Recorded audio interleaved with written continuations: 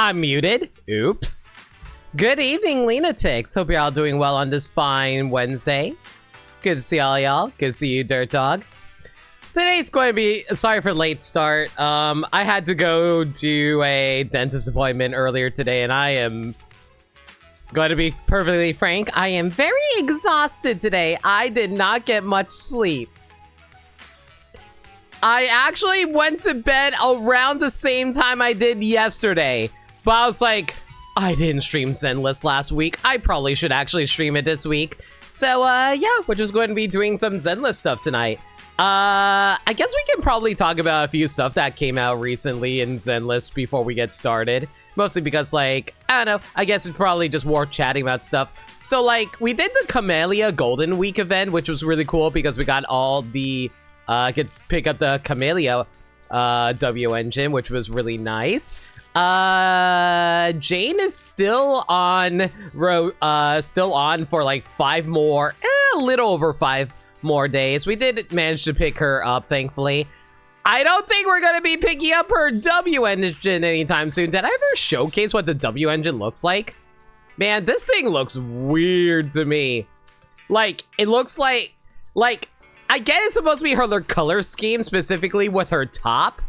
It's just like, I don't know, it has like a little clawed look to it. Oh, you know what? I just realized if you look at the little red logo in the middle of it, it actually has her tail on it. Never noticed that before, but that's neat. Hey, Sagami, feel free to lurk away. We're just like getting started. Really not a whole lot going on right now. There's also a coffee event right now where you can get double drops for drive discs and stuff that upgrades drive discs if you want at the moment. I definitely took advantage of that recently just so I can farm up some drive discs, which actually was so helpful because, like, I actually picked up some better drive discs for Zuyen over here. Specifically, I raised up her crit rate and crit damage here, which is actually really nice. I'm really glad I was able to snatch these up. I got some extra crit rate and crit damage here. Unfortunately, this is like actually the best Chaotic Metal 2 disc I have that can raise her crit rate and crit damage, because I don't have any other ones that can do anything better. And it's like, man, HP plus 2 is so worthless on her. Almost looks like a heavy metal Kirby enemy, right? And like, I also have like some woodpecker electros that raises up her crit rate, which is nice. But the problem is, again, they gave me double HP, which is so worthless. I need to get some better that's honestly the hard thing about like these type of games. They really want you to farm for the accessories if you want to be able to optimally build your characters. I unfortunately don't have any good woodpecker electros for the 6 slot, so that's why it's only an A rank rather than an S rank. I did pick up this really good chaotic metal that raised up the crit rate of her crit rate, but it did raise up her ether damage bonus, which I'm not going to complain about. And I still haven't picked up a very good chaotic metal disc drive for this one. I did actually end up swapping her weapon. She originally was rocking the Brimstone, which I actually did max out, but unfortunately, I was not achieving the crit rate I was looking for. Like for Zuyen, you want to make sure she has high crit rate and crit damage, as you can see by how those stats are specifically highlighted. But unfortunately, the crit rate I got on her is like only at 52%. Like the optimal build you want to go for Zuyen is 70% because, I'm trying to remember how I can showcase it. So like, Zuyen has a passive ability where it says like Zuyen's critical rate is increased by 30%. So like, if I can get like 70%, I just get a flat 30% increase to that to make it 100% crit rate. So I just like get guaranteed crit rates pretty much non-stop as long as I can get it up to like 70%. But unfortunately, even with the weapon and like my disc drives, I can only get my crit rate up to 52.2%. And I really want to try to figure out how to get it higher eventually. It's just a matter of whether or not I can find the right disc drives that can max it out for her. Like, honestly, if I was able to get her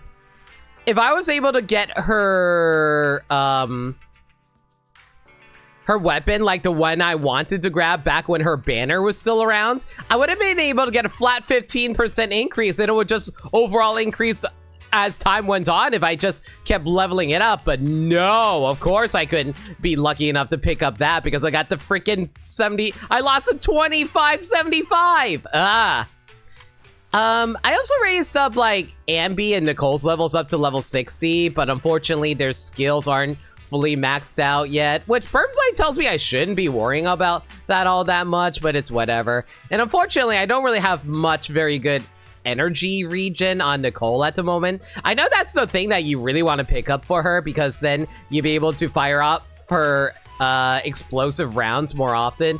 But bleh, she may be decked out in her top, but she cannot seem to be able to maintain those holes. Oh, that sounds like bad out of context. And I haven't even bothered farming for any disc drives for Ambi yet. Ambi is probably the weakest out of my primary team at the moment. And I haven't even bothered leveling up my ice team with Ellen, Rina, or Sukaku at the moment, unfortunately. I probably should actually get around to trying to build these characters up, but like I said, I've just been so focused on trying to build up the Zhu Yen team that I haven't really worked on Ellen at all. There's also another event going on right now. Scene 1, Shot 1. Tell the tale of new Airdate through the camera in your hand. Lights, camera, and action. So basically, this event was all about like, there's like, you know what? Hang on, I can showcase it a tiny bit. I'm not going to fully go into it though. There's like this director lady who's hanging out in 6th Street over here, Connie. So she's just like, this is a film director lady, and she says she wants to like take some shots for a movie to like showcase the overall feel they're going for. I think she's like storyboarding with photographs. So like she asked me to take a whole bunch of pictures setting up different scenes and stuff like that, and like I had to take pictures of various agents as well as myself doing a selfie, so that was cool. Hey Burmsai. Nah, just talk about like the events that's been going on in Zenless so far, and we're about to head into an agent story because unfortunately Bernice and Caesar are not out yet. We still, I mentioned this earlier, Jane is still on rotation for 5 more days, so we're going to have to wait until next week before we get to the next update. I also, like, if I recall correctly, you said that Jane's weapon is not worth it. Like, apparently it's not, it doesn't actually give you that many benefits. Like, what does this thing actually do? Hang on, let me actually look at this thing. Ooh, spiky. For characters with the Anomaly specialty, it raises up your base attack and Anomaly proficiency by 36%. Genshin just released Spider-Man, and a week earlier they released a Drunk General and Star Rail, so that checks out. Oh my god. Do you literally mean Spider-Man, or are we just, like, facetious here? Indulge in the hunt. Upon activating a dash attack, gain 1 stack of Predatory Instinct. Each stack of Predatory Instinct increases the equipper's physical damage by 12% for 10 seconds, stacking up to 3 times. This effect can trigger once every 0.5 seconds, and repeated triggers reset the duration. Upon entering combat, triggering Perfect Dodge gains 3 stacks of Predatory Instinct. While Predatory Instinct is at maximum stacks, the equipper's anomaly buildup rate increases by 40%. So basically, she's able to get off her anomaly effects faster. Gameplay-wise, he's just video game Spider-Man. That sounds pretty fun. How are you? So are you able to just, like, latch onto stuff with, like, ropes / like, grappling hooks or something? If so, what the heck are you even latching onto? Genshin is, like, mostly forest areas, isn't it? Wait a second. What are your options here? Oh, the Specialized Peacekeeper. Okay, so I think this is... Yeah, this is actually Seth's weapon. Never did actually pick this up for myself, did I? You know what? There's no point in trying to pull for it because it'll happen eventually, right? In the meanwhile, though, let's see here. I do need to pull the Butler Bang. Actually, do I? How do I check which Bang Boo I have? Do I have, like, go into the Bang Boo shop in order to make sure that I have the Bangbu or not. Did I ever pick up the Butler Bangbu? I never picked up the Butler Boo. Okay, hang on. Let's do a few polls. Era says what you have in the selector menu.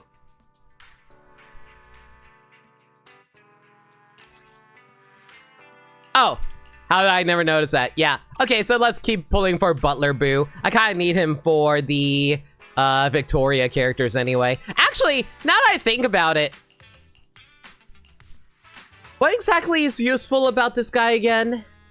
I did actually pick up Officer Chewie a few weeks back, but I've mostly just been sticking with Reznaboo. I'm trying to remember if there's any specific reason why I want to run Officer Chewie instead.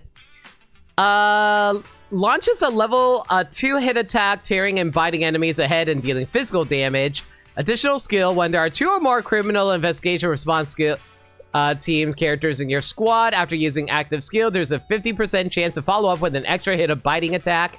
Oh, so this is only good if I have, this is only good if I had Chingy to pair up with Zuya. Never mind, so apparently I am actually better off using Reznaboo then. Bang, Boo, chain attack, continuously bites. Yeah, like, never mind. So apparently, man, of course the additional ability is if I have 2 of the same team members. Okay, so it doesn't work unless I actually have, like, Chinyi and Zuyen. Okay, good to know. Well, what exactly do you do? When there are 2 more Victoria housekeeping... Oh, so you're probably going to be really good with the Rena and Ellen build I have going for myself. So yeah, let's see if we can pull Butler.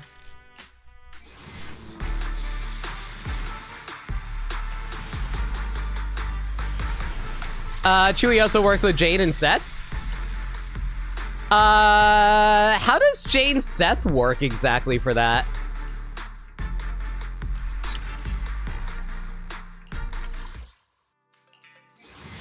Like, I forget whether or not Jane, like, Jane doesn't fall under the, pub sec characters, does she?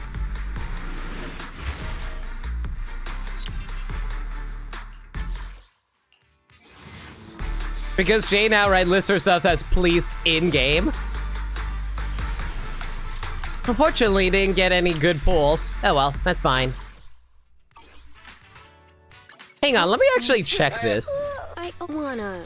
Because Jane clearly is, like, not the right, faction, according... Well, wait, Criminal Investigation Special Response Team. Hang on. Oh! Even though they have different logos, she's still considered a Criminal Investigation Response Team member? Oh shoot, you're right. Huh. Okay, so Jane and Seth actually does work. Okay, never mind, I stand corrected. I just was confused because the logos are completely different. Yeah, she has her own unique logo. Wanna be my research subject? And unfortunately, I don't think we'll be able to pull anything else at the moment. Yeah, unfortunately, I only have 7 master tapes here, and you shouldn't be using your polychromes on the standard banner. Oh well, it's fine. I'll pick them up eventually. I wouldn't be surprised if they hit her faction until you played her story. No, that makes sense. All right, Explorer Boo. Got another update for you, buddy. Same for you for Sumo Boo. Ooh, level 3 Sumo Boo. I'll take that. It looks like we also got Devil Boo up by a little bit too. Never mind, by a lot. Okay, that's cool. Let's see here. I probably should raise up Reznaboo if I can. Oh no, I don't have enough good material for it at the moment. Frick, gonna have to worry about that later. Same for Officer Chewie. Chewie? Chewbacca.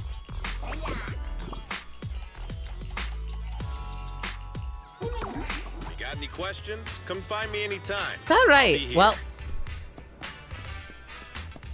Unfortunately, that's all we can do for now, so how about we head into a agent story? I forget whether or not we actually I'll be real, guys. I legitimately do not remember if I actually did test out, finish off the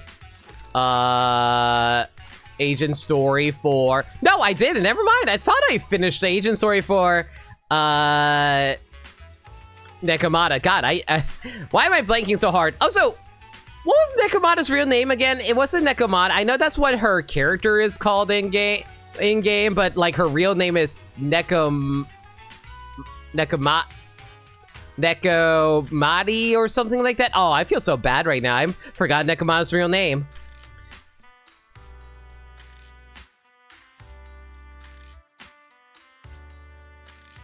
Nekomata Mana? No. I could have sworn that she had another name though. Like it wasn't Nekomata. I think Nekomata is her nickname.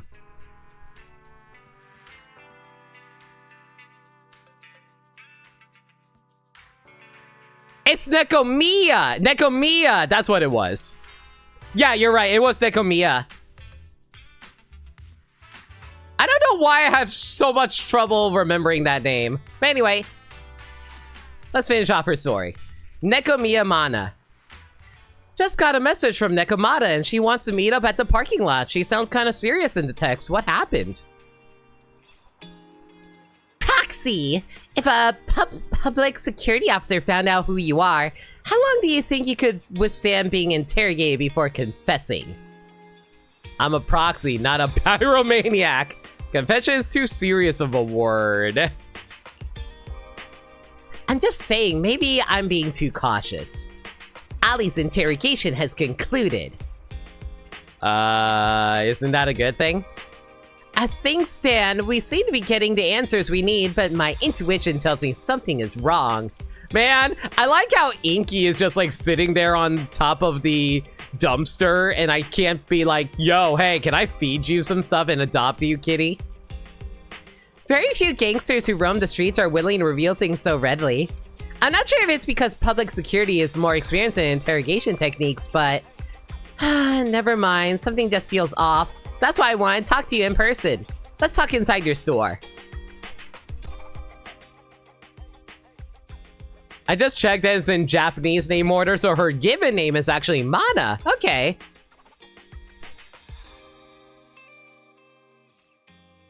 Wait, does that mean Zhu Yen's full, like, name is, her first name is Yuen? Or is Zhu Yen her actual full first name?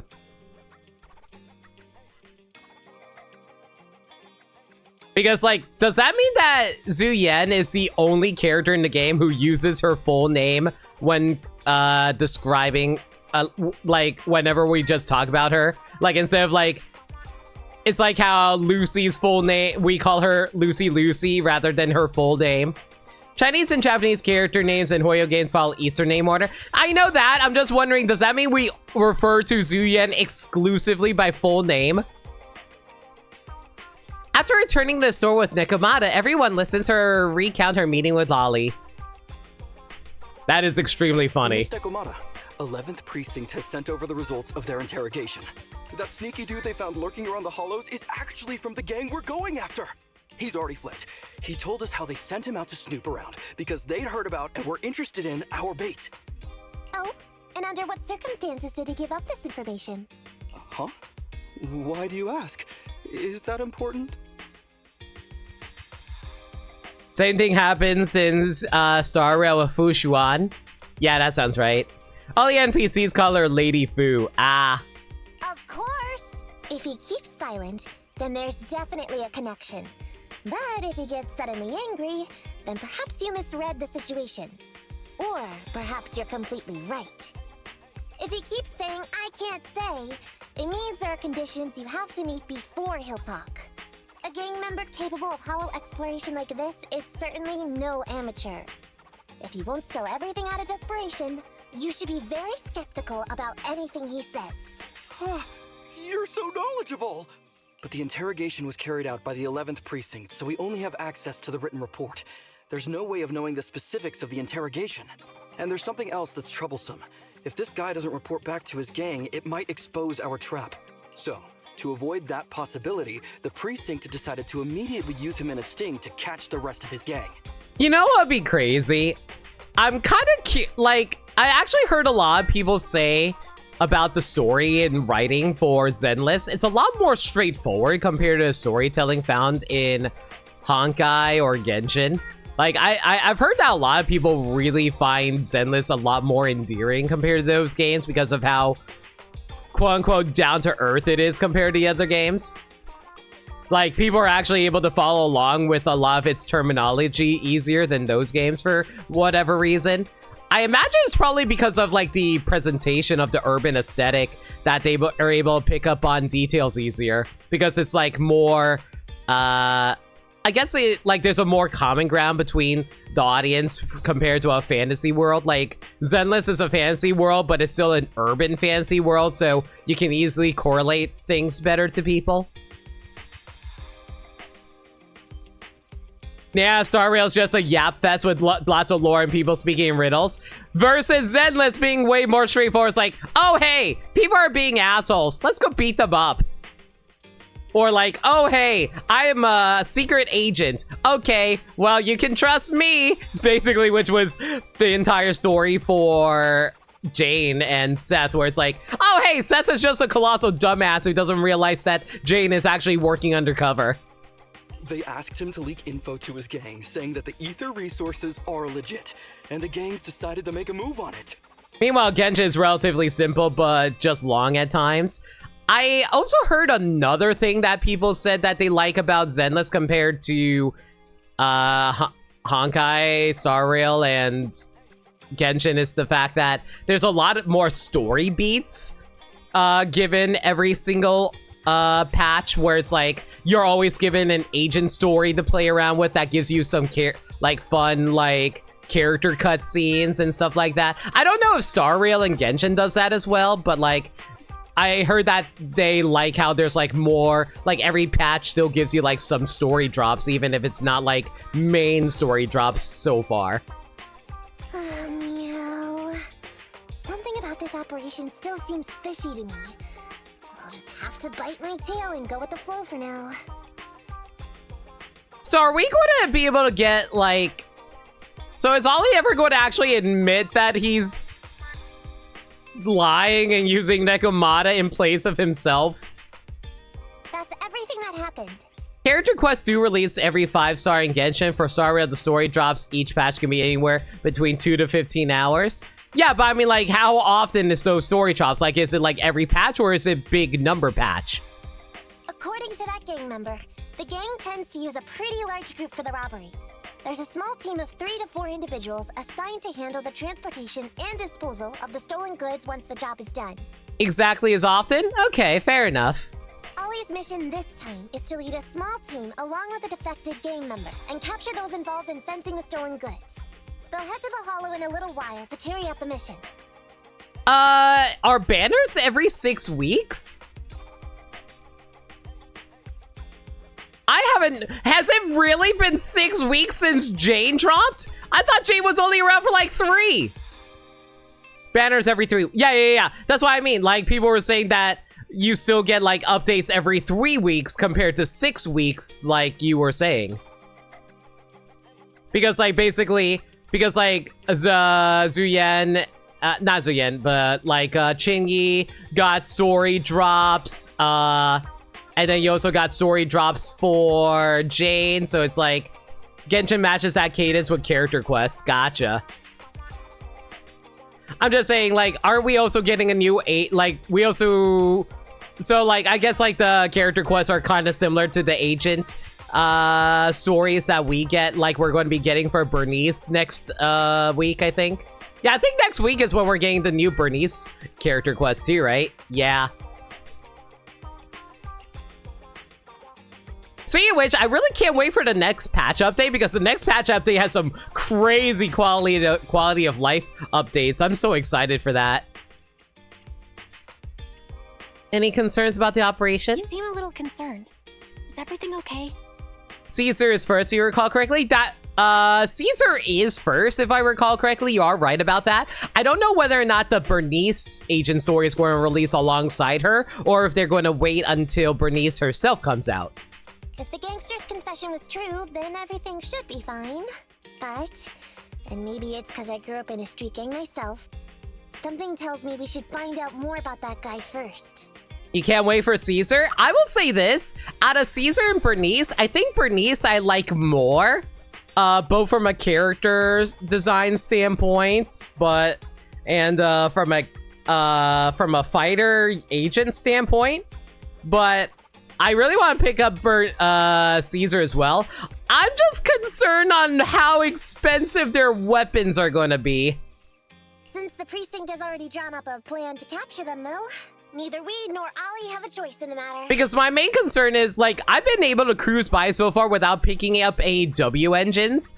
But, like, I don't know. I feel like if they have W engines that are really, really good, I feel like I'm going to have to pull for those too, and that's a lot of money. But I think I might have to just sacrifice the W engines for the characters, because I'd rather, like, honestly, I'd rather have a gimped character than have one character and not pick up the other character I want.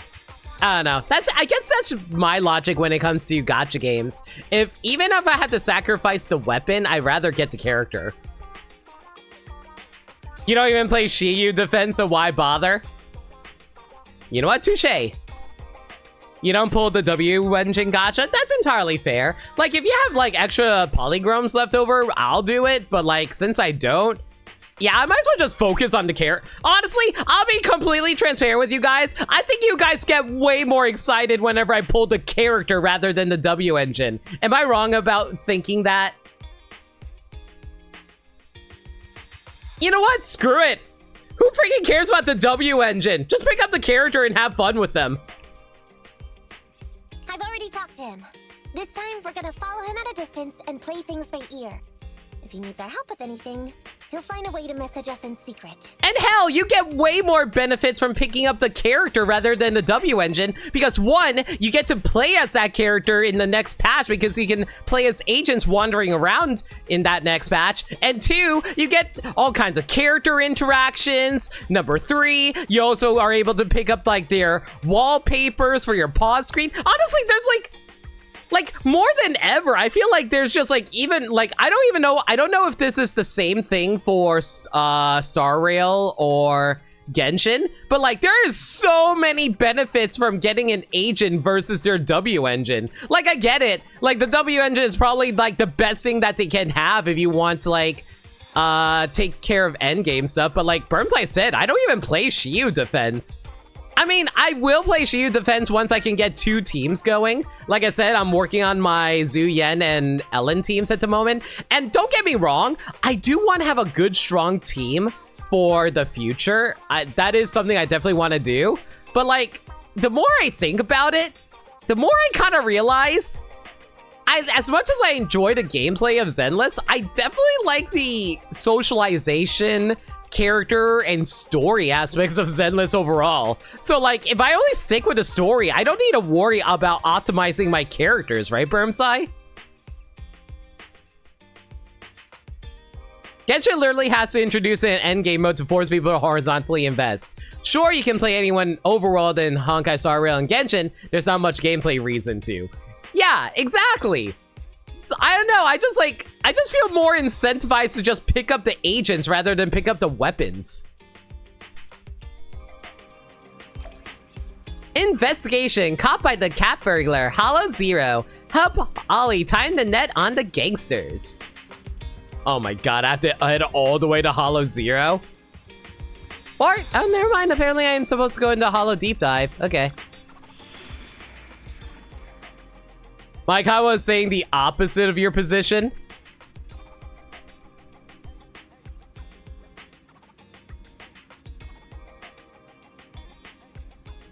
My point is, I'm just saying that I'm just having fun with the story and character stuff. I don't really need to worry about weapons all that much.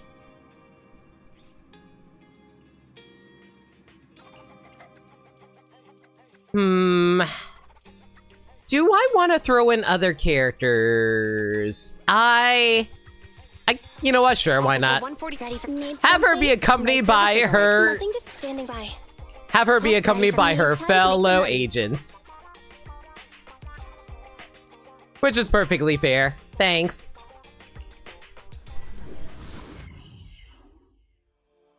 Like, I feel like, honestly, there's like, here's the thing when it comes to gacha. There's like all kinds of different gacha players. There's gacha players who play for optimization. There are gacha players who play for like seeing how far they can get without spending any money. There are those who are just want to enjoy the story and characters. I think I fall into the latter half. Roger that. All right, Alberto. You're our informant, so it's time for you to take the stage. Yeah, give your boss a call. Yes, sir. I swear they reuse this character design so Hello? often. Yeah, boss, it's me.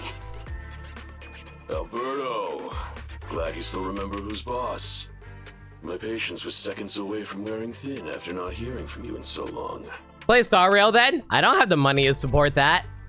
I already have to spend enough money as it is, but buying the subscription every month.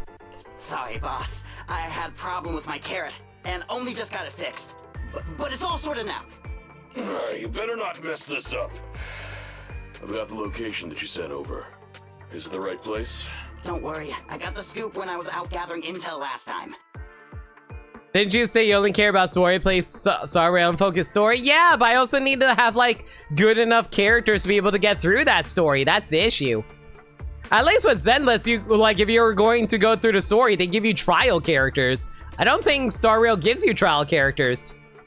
All right, we're gonna get the goods now. You go meet up with the vehicles. Out. Game literally hands you tier 1 characters for free. Shh. Don't make me waste more time when I'm trying to work on a Pokemon living dex.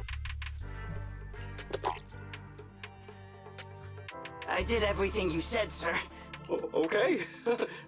Next, you'll take us to the ones responsible for selling the stolen goods. I'll be real, I cannot handle multiple gachas. Like, I gotta be completely transparent with you guys. And playing multiple gachas is really bad for my mental health. Meanwhile, not far away. Proxy, Ollie's group is about to get moving. We should get going too. Master, please remotely assist Ollie in reaching his destination. I have updated your system with Ollie's location. Please make sure that the path you take with Ollie is unobstructed. I will say another issue I have with like gacha games is the fact that like it is so easy to fall into traps for it, where it's like you get so interested and it's like, oh, I don't mind spending money on this since I've been having so much fun with it. That's a trap. That is a really easy wheeling ass trap. Their path out is blocked by an iron gate. Detected. An electrical switch that controls the door. I've marked the location of the switch in your system. Because I actually use that to justify spending money on gachas that myself, and I realize that's a terrible mistake. It's open! Your virtual assistant is useful after all. Like, honestly, my self-control is not playing multiple gacha games. And frankly, I don't even know if I made the right decision picking up Zenless. Button over there, so Ollie will know he should switch paths. Because like, I kind of feel like, don't get me wrong, I love Zenless and I'm having fun with it. It's just, man, I don't know if I want to invest all my time into it compared to other games. Miss Nikomata, your help from afar is invaluable. No worries, just keep going. Leave the rest to me.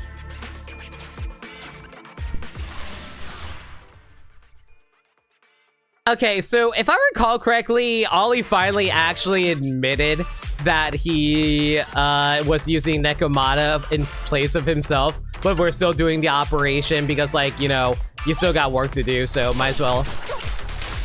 Offhand, I also found out something really interesting recently ah, shoot, I was trying to dodge that. There we go. I found out that, oh shoot, now I can't even remember what I was saying anymore.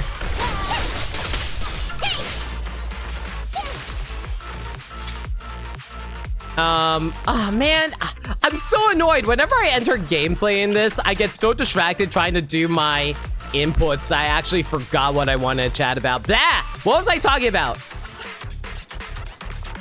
Like, I remember like for Genshin, like not Genshin, for this game, how I don't know, for me, like the gameplay is a lot of fun. I really enjoy the characters. I mentioned this a lot. Like my main appeal for these games is the characters, and like that's my main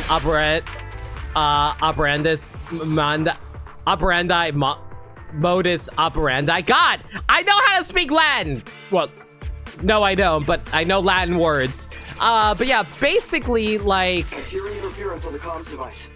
Don't stray too far away. But yeah, basically that like I do wonder if I should maybe stream less Zenless in the future. Like I know a lot of people enjoy Zenless, and I definitely enjoy Zenless a lot too. How far from the stolen goods are we? But like I'm starting to wonder maybe I should just make this an off-stream game for myself. I'm not sure how many people are actually interested in watching these streams. Seems like we're good to go.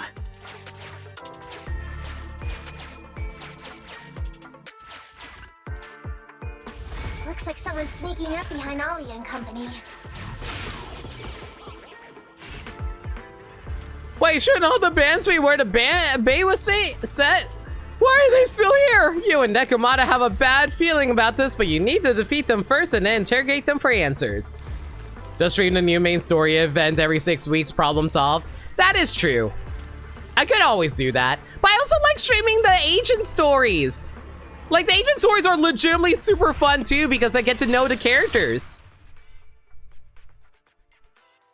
You can always just stream Zenless for story mode when there's a new patch. That is true, I could always do that.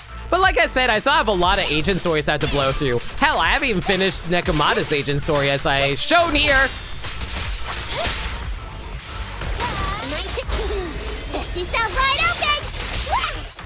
I'm a little mad I didn't go for the group.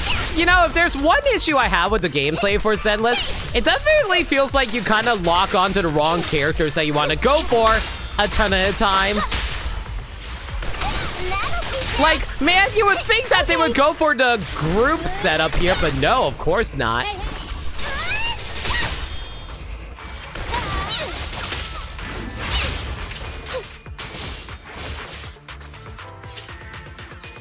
I think that you can stream Zenless story patch that and then have something to play on your downtime could be a good thing. That is true. Like, they're honestly, like, now that Splatoon is pretty much done and I got all of the table turf done, the only thing I need to do left in Splatoon is just pick up the clothing items that I want to pick up from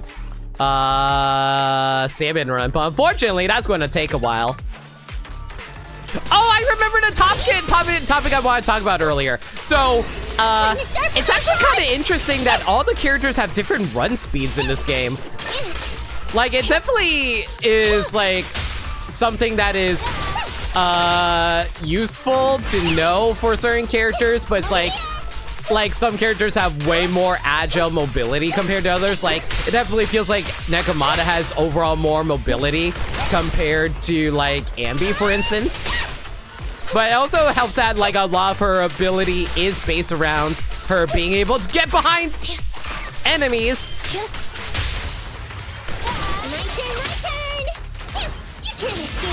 Because, like, if I recall correctly, the whole idea for Nekomata is that she wants to get behind people in order to deal extra crit damage. Stream the agent story as a main story stuff, otherwise don't sweat as much. Yeah, that's what I was thinking too. You specifically need to do Grace and Rena stories so you can do their hangouts to make them better for Hollow Zero. That too! Lycon, I think, is the fastest character you have run speed-wise. Think about it's up there too. But meanwhile, slow as fuck. Yeah. I don't know how much, like, speed actually matters in the grand scheme of things. It really depends on, like, what kind of playstyle your character is doing. Because, like, defense characters are mostly all about blocking anyway, so they don't need that extra mobility compared to characters like Nekomata or others. You would think that Ambi would be a lot faster, but no! Girl's slow as heck. How come the hollow is shifting? Well, not slow as heck, just Dang, slow stop. relatively We speaking. fell into their trap. What? What's going on? I thought there were only supposed to be a few of them covering the sale. What are all these guys doing here? Fast shot girl's also fast, that's true. By the way, Maniacal, how's your stream? This isn't good. We're outgunned. Everyone, just calm down and get ready to make a break for it. Every character has different run speeds. Ellen is the fastest run speed? I didn't even realize. Like, I played Ellen for a bit. I didn't even realize she was the fastest. Is it because of her shark mode that she enters? Or like, what's it called? I always forget what that mode is called whenever she's running around. Predator mode? It's not Predator mode. That's something else. Don't you think it's a little late for that? You got Jaws mode, We fair. rounded up the officers, except for the one leading them. So, this is what you had planned all along. Of course it's a trap. Never thought the hunter would become the hunted, did you? Honestly, I got really lucky and was able to pick up Grace when I was grabbing Ellen. You, don't tell me you... We're a gang making a living stealing ether resources. We always know where the grass is greener. Killer job like that pops up on internet? You better believe we're gonna look into it. If you ask me, your mistake was being way too eager to get what you want. And trusting the word of a gangster. Anyway, we'd be rude not to accept such a fine gift from public security. Right? What are you gonna do? Already shaking with fear. Now, how did a coward like you end up making captain? Yo, how was Street Fighter? Nameless? You didn't miss a whole lot. We're trying to do a sting operation, except the sting operation failed, and now our buddy Ollie is about to lose his arms. All right, Captain. It's time for you to take the stage. Call up your main force and come up with a reason for them to withdraw from the resource site.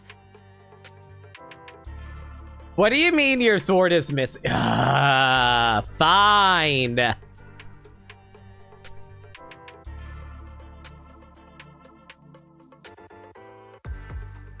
Why? Do you want to, like, shout out yourself? If you want to, do it. Bernice and Caesar are riot this next two banners. Honestly, Flarga, like, how often have you been playing this game? I don't know if you're going to have the polychromes for them. You might have to pull out your credit card.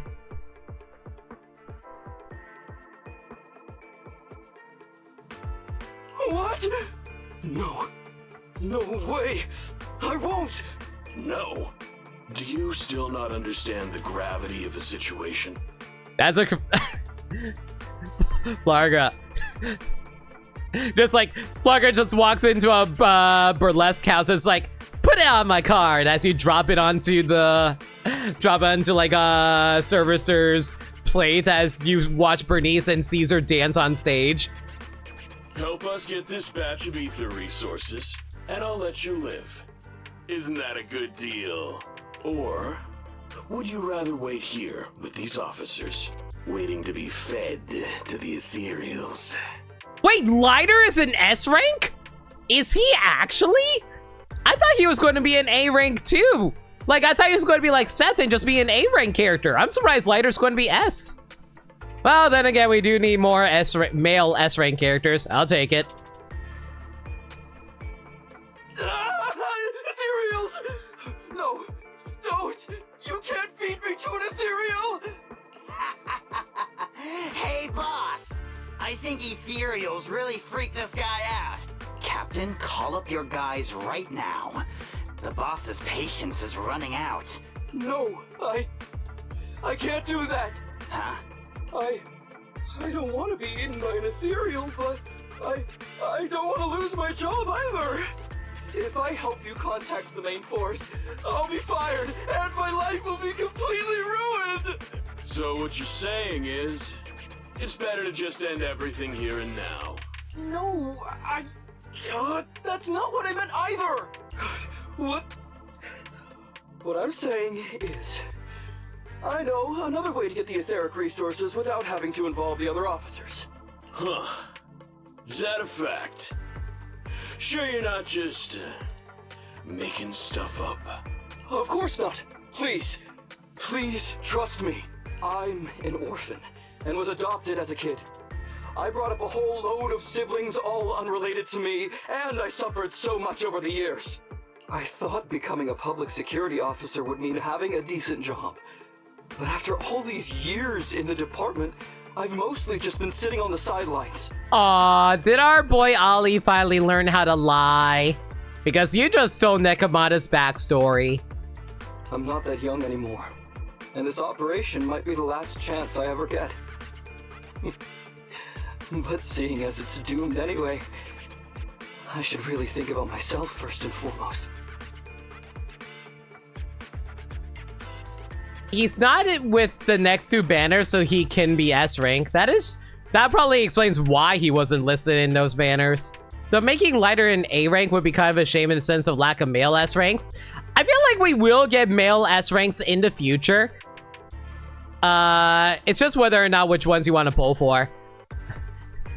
I'm gonna be freely shallow and admit, unless I really, really want them for a team, I'm probably not gonna pull any male characters. Try and guess why. Lighter's rank is only known via leaks and data mining right now, but it is known. Okay. Like, I don't think it's officially stated though, right? As long as the department doesn't know I'm responsible, the blame won't fall on me, even if the ether resources are lost. How surprising. The kid really does have some will to live. Alright then. Lead the way. Aw, our little Ollie's growing up and learning how to be a devious, cunning liar. Just like our girl Nekomiya. On the other side... Damn it! I knew something smelled fishy! It was all a setup! The gangsters tricked Ollie! Well, it's already happened, so all we can do now is adapt and respond. But Nekomata, Belle, what do you think about what Ollie just said? You think Ollie defected to the bandits? Ollie must have a reason for what he's doing. Yeah, I got it picked up on the fact when he stole Nekomata's backstory. It's not even officially stated that he's playable. I thought they mentioned it in a recent video that Lighter is coming. I think Ollie must have some kind of trick up his sleeve. Ollie was actually a Triple H all along. He's a true gang boss. So he was manipulating us with the sad, pathetic You know, You know what's funny? I feel like that's actually something I've seen before. Wasn't there a character from like a popular series that acted all sad and pathetic, but they ended up being like the true evil bad guy and deceived everyone from it? I know I just described Jar Jar Binks as the Sith theory, but you know what I mean? Yeah, I think so too. Remember? Back when we first met Ollie, he was terrified. But he still didn't reveal he was actually a public security officer. Yeah, like she said, he may be unreliable, but he's got more backbone than I expected. That's also double from Mega Man X4. Also true. I never believed that theory because Jar Jar isn't force sensitive. It might be possible he's force sensitive and just never reacted to it. Magalore. Touche on Magalore. And what he was saying to the gang. And to be fair on that one, Magalore was being corrupted by the crown. He's a bright guy. He's definitely planning something. Let's follow him and see what he's up to. At least according to the lore of Kirby's Return Dreamland Deluxe. Come with me. Over there. So well behaved. Keep an eye on the area for me. Where's Ollie taking the gang members? Proxy, let's catch up. I'm guessing I'm going to have to just like, wait a second. Please spare me. I'm just a Hollow Raider who happens to be passing by. I got a fair deal here. How about you give me some gear coins and I'll give you something fantastic in return.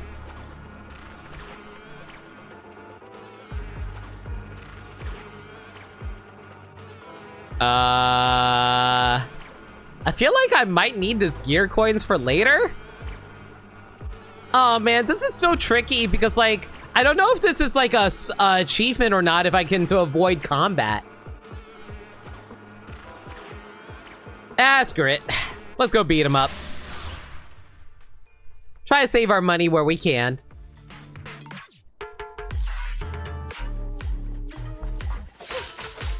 You know, one of these days, I am actually planning on doing a, man, of course I missed some perfect timing on that one.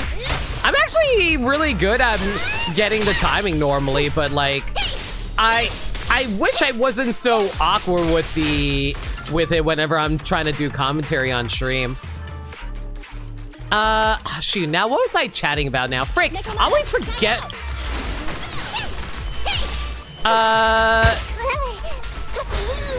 Actually, since they're all crowded up. Nice. My turn, my turn. You were planning to do something. Oh man, I always forget. Over here.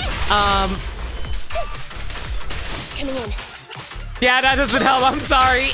This is what happens when I get interrupted all the time, everyone. Sorry.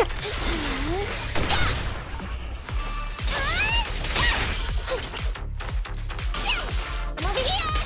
Oh my god, I didn't realize you're gonna build up her special this fast though. That's nice.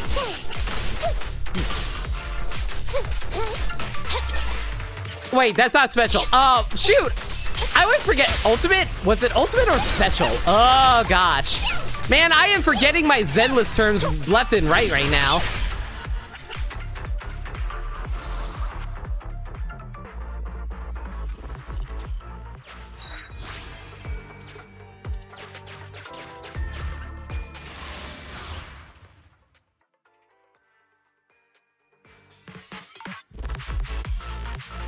Oh, by the way, how is the audio? Oh, you know what? I just remembered it. Once I saw Nekomata's butt, I realized what I was going to say.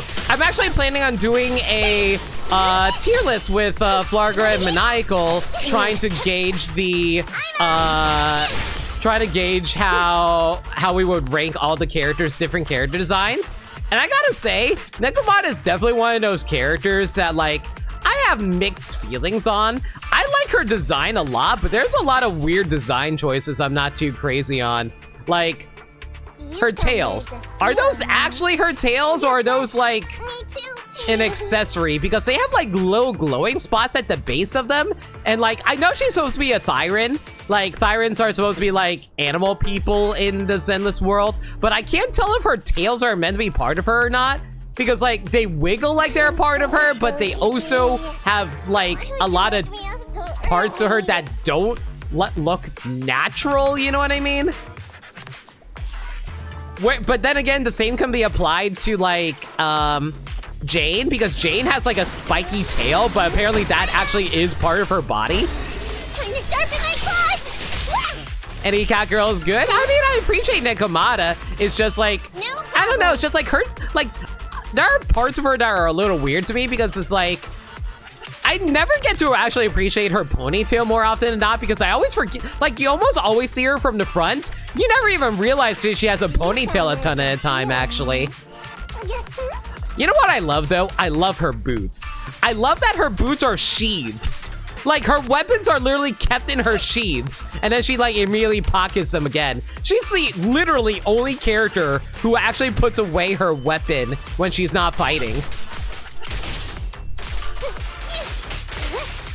So that's a little early sneak peek for the character ranking.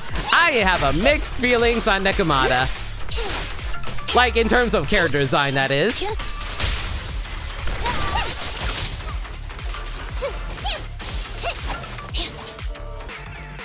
Audio sounds good on your end. That's good here.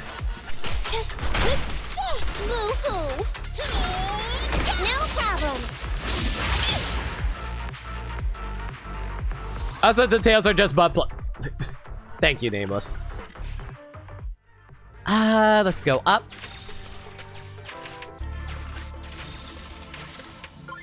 Gotta take a nice little shower. I know it's not actually a shower, but the animation looks like a shower. Okay, guys. Gotta be like sneaky little kitties and catch up with them.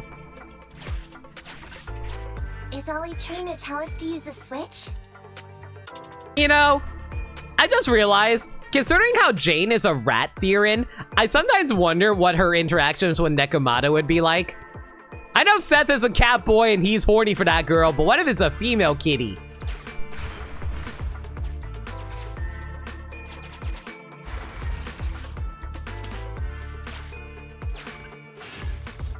You find ether dewdrops in an obscure corner. This natural machine, blah, blah, blah. Do I want to heal up? I am maxed.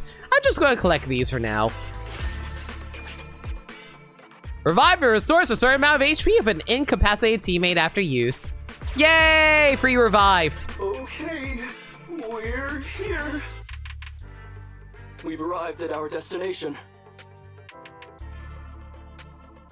I'm not sure about Nekomata's tails because I don't have a lot of independent movement. It's also the fact that there are 2 tails. I'm pretty sure she, like, rats aren't supposed to have, not rats, cats aren't supposed to have 2 tails. Nekomata and Jane is just Tom and Jerry, but with less gay tension. Valid. Hey, what is this place? This seems pretty far from where you stash your etheric resources. You know, it's actually really funny to me that Japan and, like, I don't know if it applies to anywhere else in East Asia, but I find it really funny that Japan specifically loves Tom and Jerry, that there's a freaking Tom and Jerry museum. And, like, there's, like, all kinds of Tom and Jerry memes. Like, I saw a freaking recreation of One Piece scenes using Tom and Jerry characters. Please, just hear me out for a moment.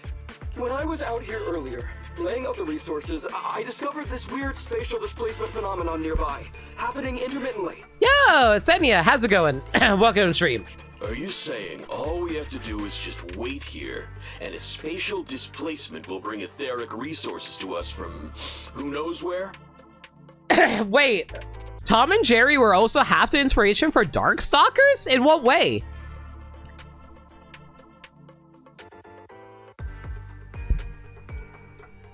Yes, just a little bit longer, and a miracle is going to happen. Huh? What's the matter? Why are you getting all sweaty? What's that sound? Boss, this isn't good. Ethereals! There's so many. Where'd they all come from? I can't take it anymore! Ethereals! Good job, Ollie. You led them to your biggest fear's nest, using your own fears against your enemies. Good job, buddy. On the other side... So Ollie took those gangsters to where he got attacked last time. Looks like he's trying to use the ethereals to weaken the gangsters, to create an opportunity for us. We shouldn't let his efforts go to waste. Come on, let's get after him.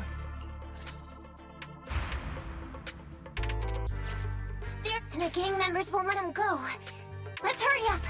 I mean, I know, but there's also a bunch of secret garbage over here I can pick up.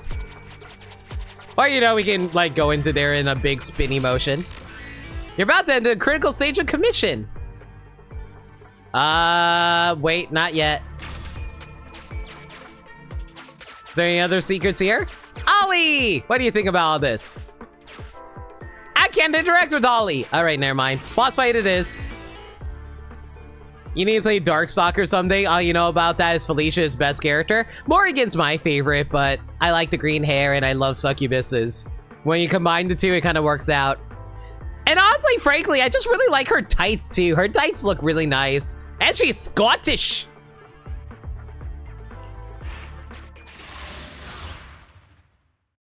Felicia is nice though. We finally wiped out all the ethereals, boss. Where'd that sneaky little cop get to, Alberto? How dare he try this kind of stunt on me? I'm gonna skin him alive. He's over here. We've got him. Come here. I took you for a jittery coward before. I didn't think you had the guts. You led us to that horde of ethereals hoping they'd take us out. Bet you never thought a bunch of gangsters like us could take them all out, huh? It's mostly the Hidson animations. You look at them and you think they were in a Tex Avery cartoon. Yeah, but like Tom and Jerry were Hanna-Barbera. I think the only Looney Tunes alumni that ever worked on Tom and Jerry was Chuck Jones. And even then, not many people like the Chuck Jones Tom and Jerry shorts. No. I actually thought of that, but I knew this would be enough. What do you mean? Make some sense. What he means is, now I can take you out all by myself. Is it just me? Was Nekomata's audio there super quiet? God, I hate the audio balancing in this game. Like, there was a recent survey for Zenless Zone Zero, and I specifically told them, for the love of God, fix up the audio balancing, guys! Don't blame me if you get hurt. I'm over here! He's heading that way! Run him down! Fine. I'm gonna swap over to Nicole really quick so we can gather up everyone. I will say this, the crowd control with Nekomata is actually shockingly good alongside Nicole. Nicole's like orbs are able to drag everyone in, so that's super nice. I'm up! Hey! I'm over here!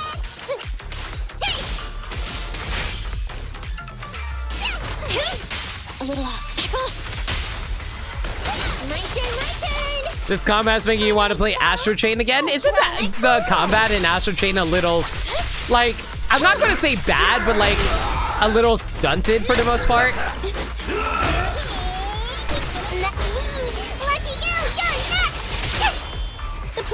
Ooh, chain attacks. That is something you always want to go for.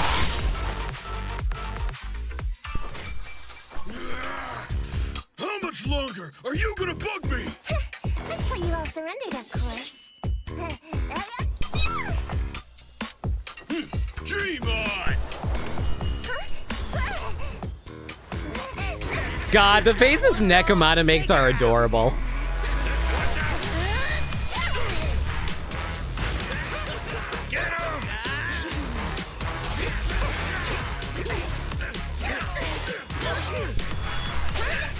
I think the amazing thing about a lot of Hoyo games is how good they are at, like, capturing a lot of cool fighting aesthetics. Like, they are able to come up with all kinds of different fighting styles, and I respect the hell out of it for them being able to capture it with character. Some lousy cat. Meow. Did you smack him at the crotch? Yeah, that sounds right. Would you care to say that one more time? You stupid cat!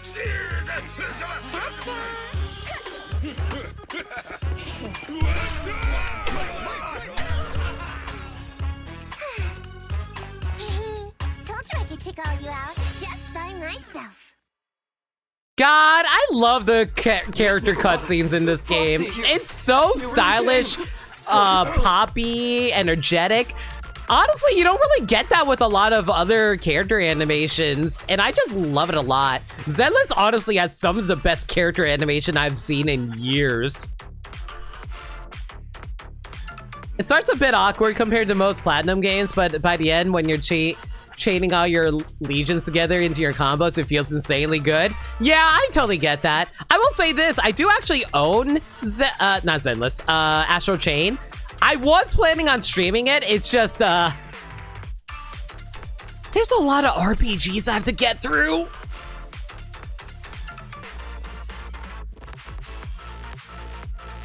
Ollie, you look a little shaky there. Are you hurt? Don't worry, our uniforms are pretty tough. It's just, I saw so many ethereals all at once.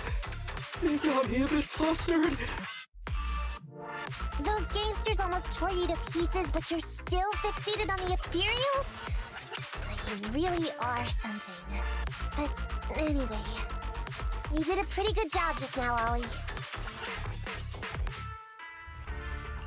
Your heroics today were impressive, Ollie.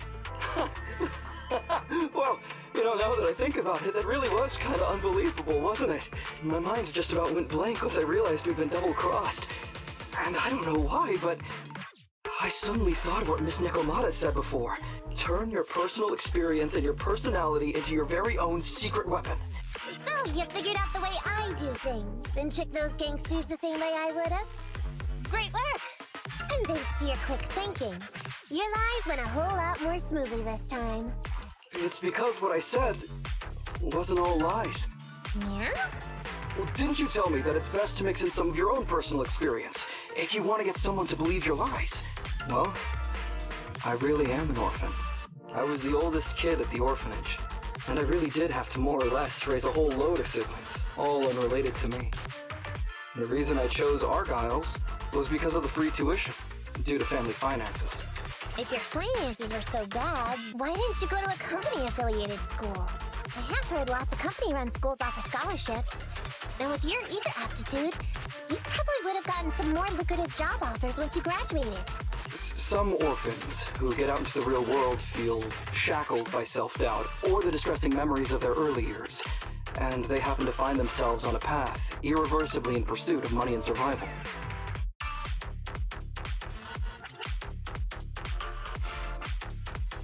I'm not an orphan, chat, but that comment hit really hard to home for me. What the frick? Of course, I don't mean to say anything bad about people like that. After all, it is what it is. But as an older brother, I never want to see my younger siblings like that. I wanted to become a public security officer so I could stand with my head held high and tell them we can all become amazing people. Oh, chat. I didn't think I would actually care about you, Ollie. I thought you were a colossal dip. But okay, fine. But I'm no role model. I've done nothing really after all these years. I mean, I've never even been awarded so much as a simple commendation before. No wonder you were so intent on getting some recognition before. It was all because of this. But I think your wish just might have come true. Huh? Good role models aren't defined by the commendations they're awarded, but by the actions they take. You showed ingenuity and bravery during the mission. You not only saved public security from losing those ether resources, but you also arrested all those criminals. Are those not the actions of a good role model? Really? I did all that? Sure did. So keep your head up high. Your brothers and sisters, they're all gonna be proud of you too. This is such Japanese. Here's the thing. This is such Asian-ass writing. You know why? I know I almost said Japanese, but I meant to say Asian.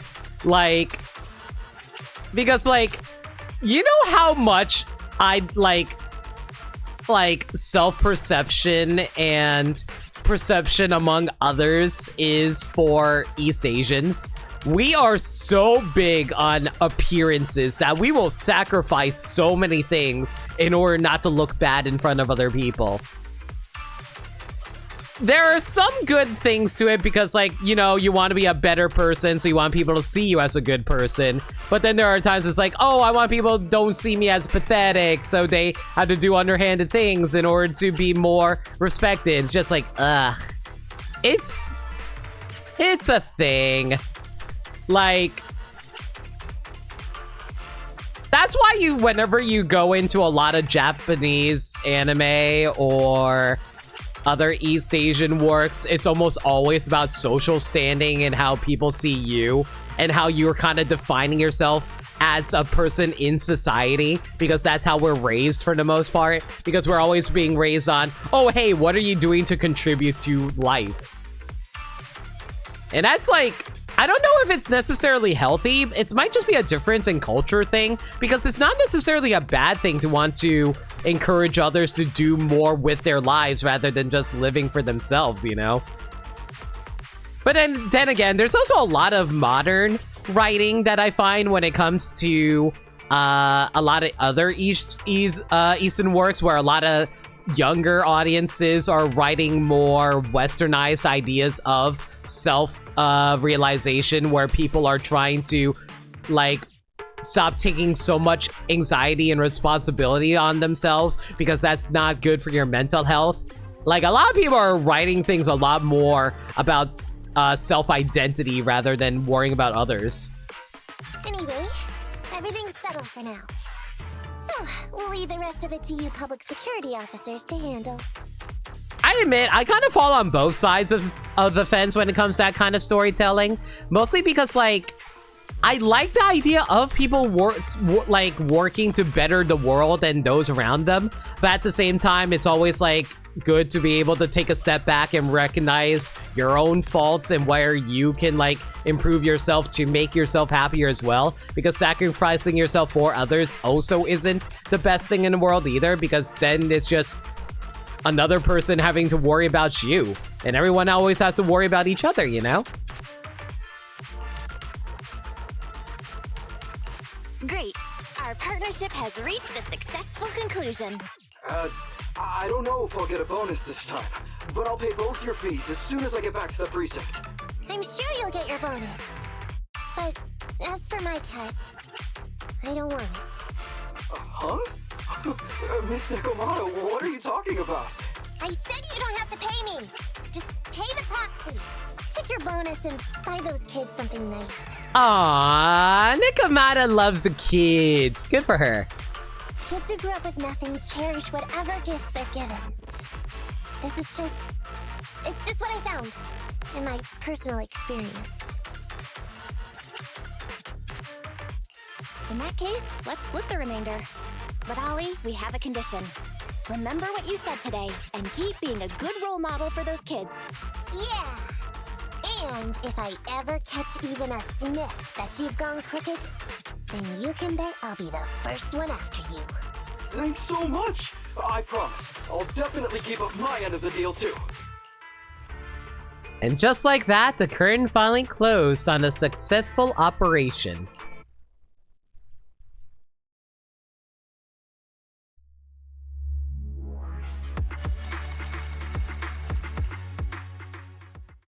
Go Cricket Ollie, get hunted by Q-Cat Girl. 1 week later.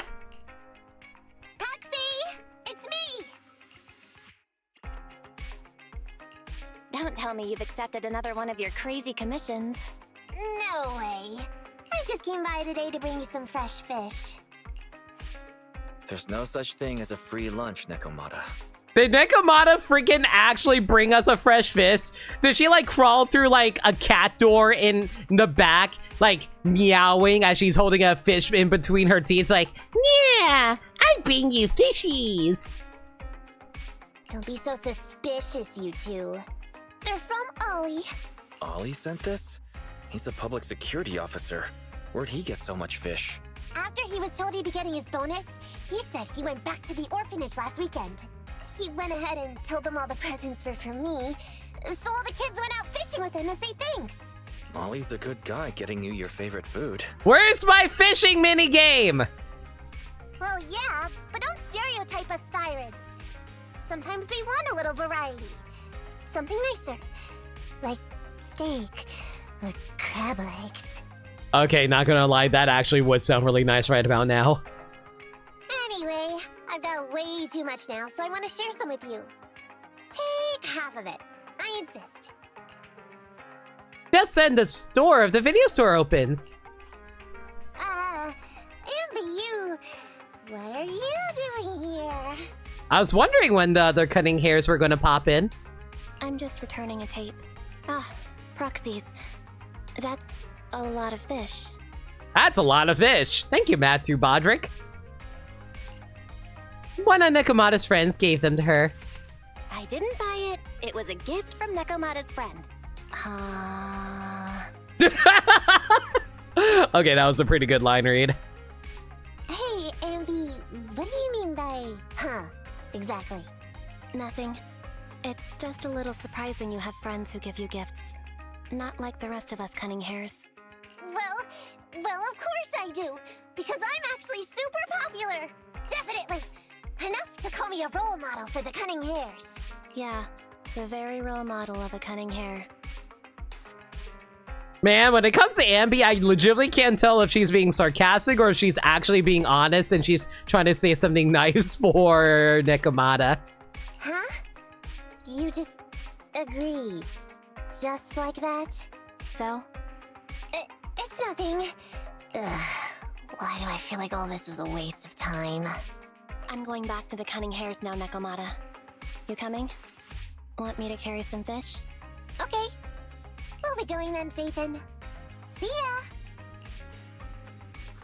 All things considered, the commission ended pretty well.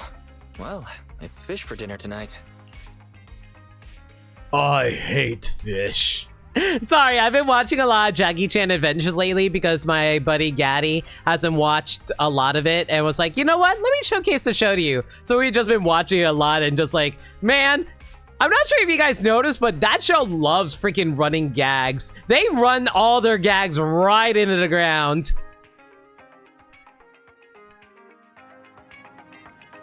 Belle, why did Nekomata suddenly just say all this was a waste of time? It's all because of her original goal, right?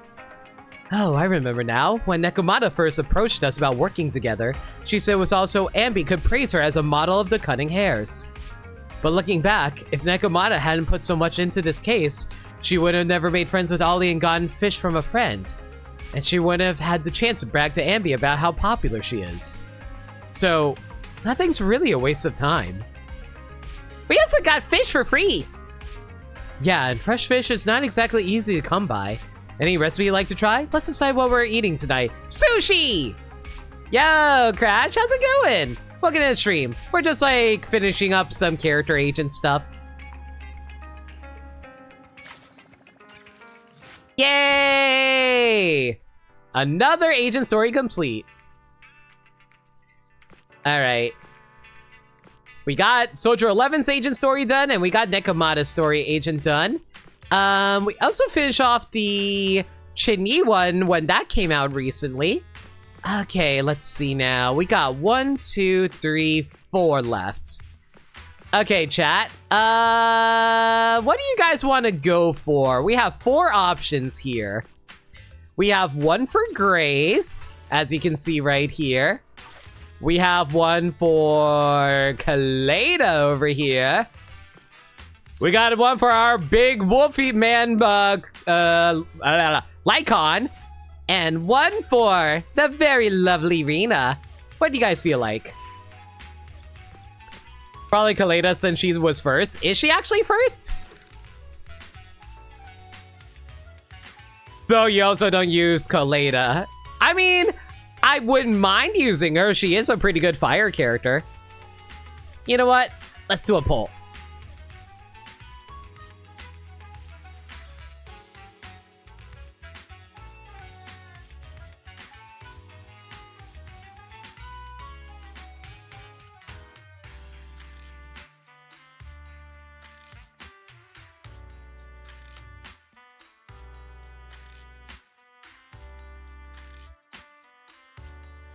I might have spelled his name wrong.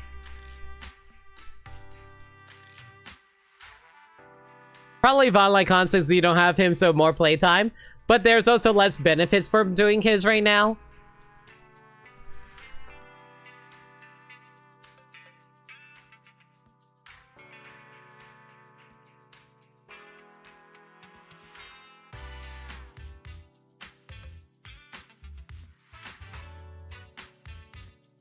All right, we got the Twitch poll up. Vote away, everyone. We got 2 votes for Kaleda, 1 for Rena. I heard the Rena one's actually really sad. But also, getting Grace wouldn't be bad to do either since she is listed before Kaleda on this list here. But then again, people also really like their Wolf Boy Lycon. As we casually see a drop there.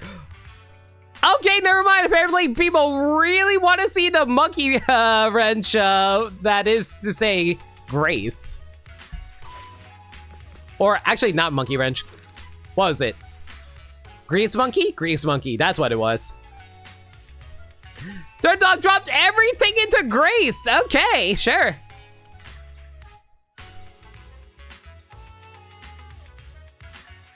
Hang on, let me actually look at this art. You know, I'll be real. I know this is called the Iron Witch. I legitimately would never have realized this was Grace. Like, this artwork is very unique and interesting and all that. It's just, I didn't realize this was Grace at all just by looking at the cover of this videotape. Average enemy level 55. Recommended attributes: electric, ice, and ether. Normal difficulty: the Iron Witch 1. You're about to enter immersive? Yes. One day, Fairy suddenly reports an email from Grace, the head technician at Bellowbog Industries. The email is about an important commission that requires Phaethon's help. From the tone of Grace's message, it sounds quite urgent. Later, at the entrance of the Brand Street construction site. Hello there. This area is currently under construction. Only staff members can enter. I'm here for Grace. You're looking for Grace? I don't think I've been told there are guests coming today. I should have said I was a staff member. God damn it.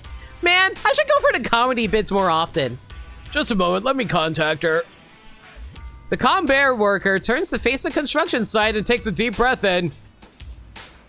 Grace! Are you expecting any guests? Oh my god. At that moment, a familiar figure. Yeah, familiar, all right. God, I've seen a lot of artwork of Grace. Man, when the game first came out, there was so much freaking artwork of Grace. Quickly approach the gate. Gee, I wonder why. Open the door! Oh, and remember who this person looks like. This is an important partner of Bellowbog. If you ever see her in the future, you can just let her in. Hey! Hey, you're finally here. I'm sorry, but I need to take this call. I'll be waiting for you on the high rack. Speaking of high racks, Grace leaves the entrance in a hurry. The guard, Bear. Wait, your name is literally Bear? Are you related to Little Bear? Are you just Little Bear grown up? Shout out to anybody who remembers Little Bear. Open the door respectfully and gesture to welcome her.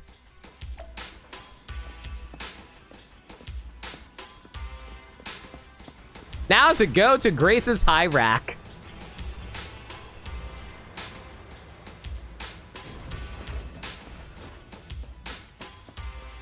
I swear, I can probably make other jokes besides boob jokes, but man, that top just invites all of the boob jokes. There are any changes to the plan? How about your collaboration plan? Grace seems to be on the phone.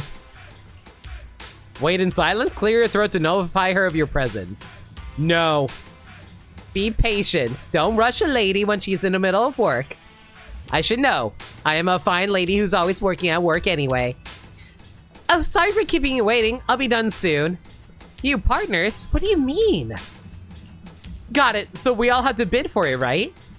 Sure, let's keep in touch. Sorry for the wait. It's okay. Hey, it's been quite a while. Last time we met was when you helped us with our runaway heavy machinery, right? Great to see you again, Grace. Great to see you again, Grace. How have you been these days? Isn't it tough working all those commissions? You have to take good care of yourself. No overtime, you hear me? Huh? Grace, when did you become so considerate? Oh, actually, every time I see you, I find it incredibly soothing. Ma'am? Are you coming on to me? I'm not complaining, but ma'am? This might seem a bit out of the blue, but can I please have a hug? Ma'am! Baby! Where have you been? Give me a tight hug! You're talking about my bang boo, aren't you? Huh? Hang on. Let me get mentally prepared for that. Oh, please, Belle. You want to get those fun bags smothered all over that head of yours. Sorry, I can't help it. You'll never know if the hug would have been as warm and gentle as you imagined. Instead, you get to hear your sibling's familiar voice. You can open your eyes, Belle. Grace is hugging Eos. I figured. This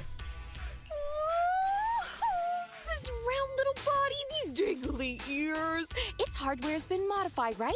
It's mechanical inside, but so soft and fluffy at the same time. It's a crime to be so cute. I love it so much. Grace's voice actor goes hard. So she was talking to Eos the whole time. No wonder she asked us to bring it. Still the same, always preferring machines to people. Huh? Oh, the other proxy is here too. Hello there. Grace, I have some tools that you can check out anytime. Hi, Grace. No offense. Here's a tissue. We'd rather keep Eos's head saliva-free. Oh my god, she actually drooled over Eos's head. It should have been me, damn it! It should have been me, not him!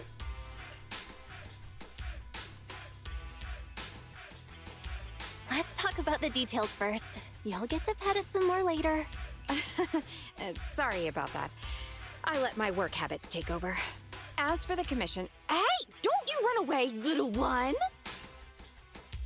Seizing his chance, Eos escapes from Grace's arms while she's distracted and races back to its real master. Aww.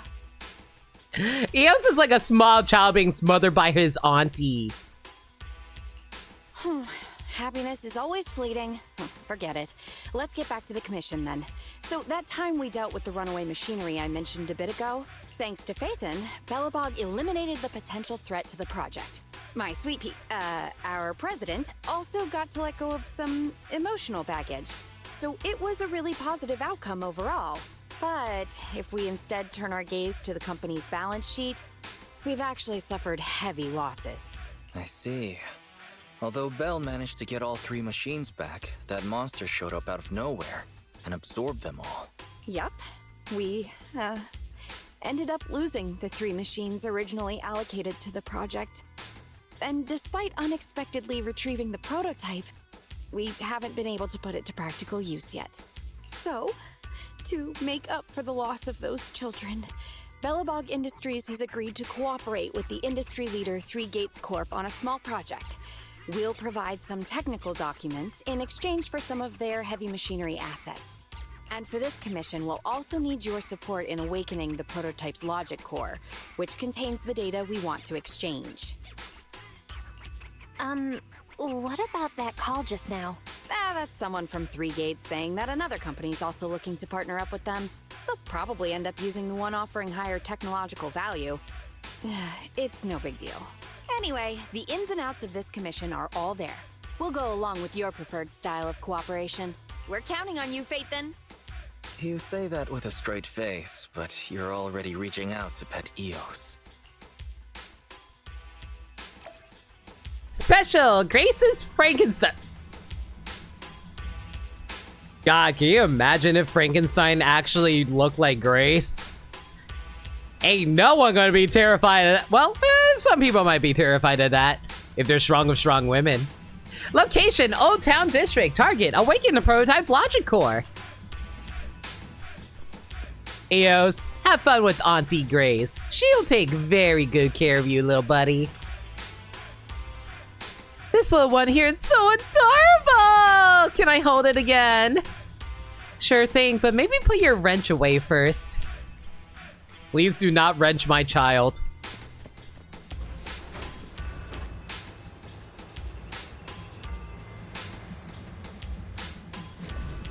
Man, Kim.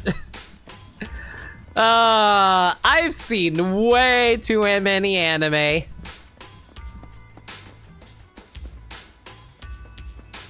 Alright. Oh god, I have to head all the way to HCD. Can I just teleport there? Yes, I can.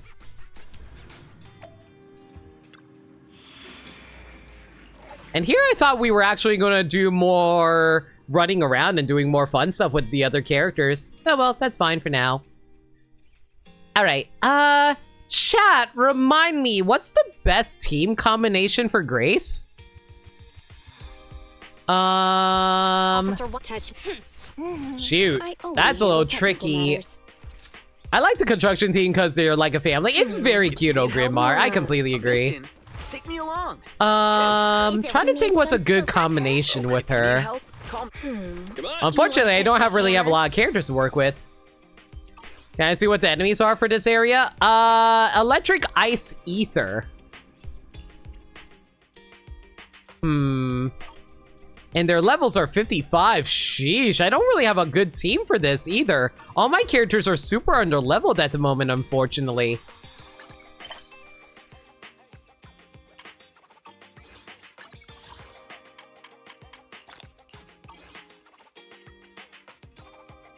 Like, if I want to, like, build a team for her, I have to, like, max them out. Like, look at this. Jane's only level 1 at the moment.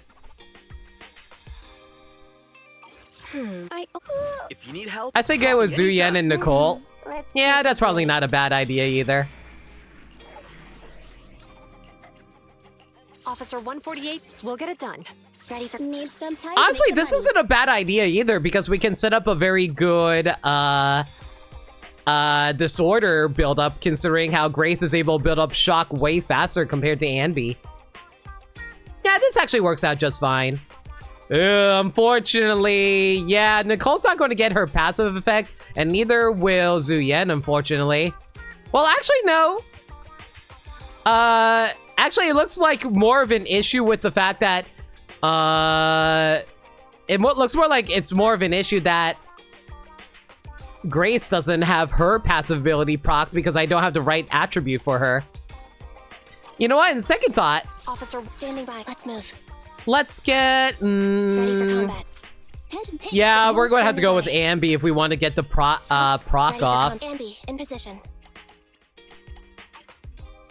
Yeah, let's just rock with this. I'm sure Nicole can build up her ether really quick anyway. Just so we can get all of the passive abilities going. Especially since this is Grace's story, I want her passive active.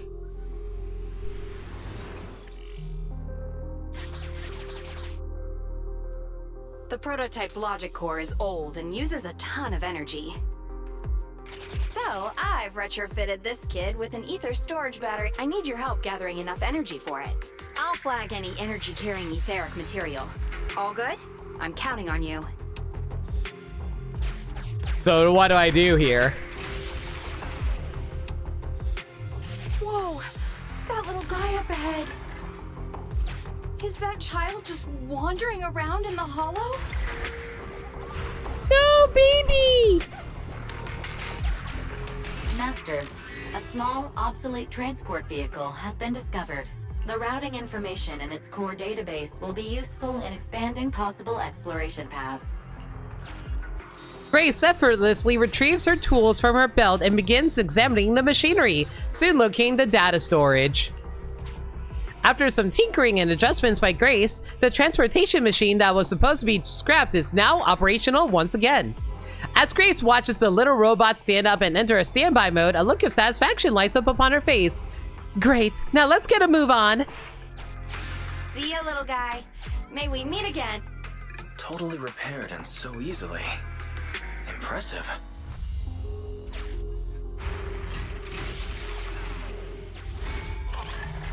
Wow, it just rammed that etheric. Is it trying to help us?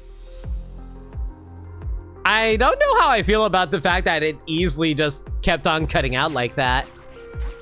Oh, am I not able to go down there?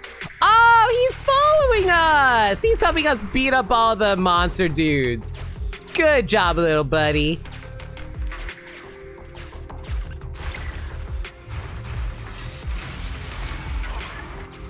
The ethereal's closing in on it. We gotta stop it. Yeah. Warning. Multiple ether signals detected. Likely enemies.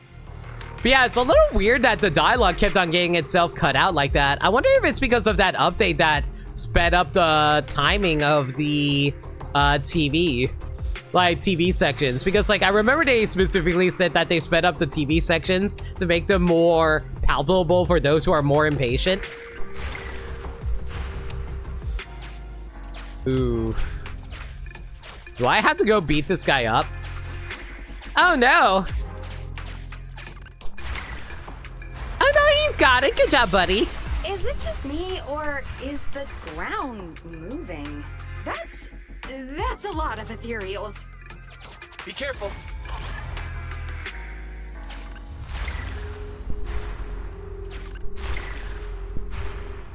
I think the achievement for this might be trying to make sure you guarantee everyone be able to knock out all the enemies here without actually activating them. Oh, I just realized the bottom screen is what I'm trying to take care of. Got it. Let's see what else I can use around here.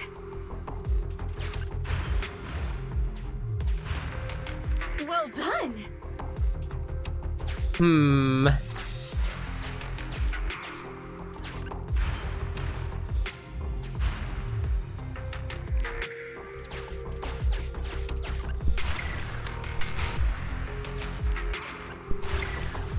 I'm glad I was able to pick up on the mimicry of this really quick, because otherwise I don't think... Energy storage approaching maximum.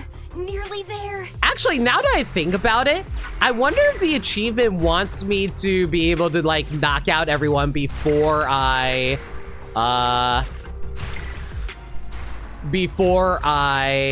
Ooh.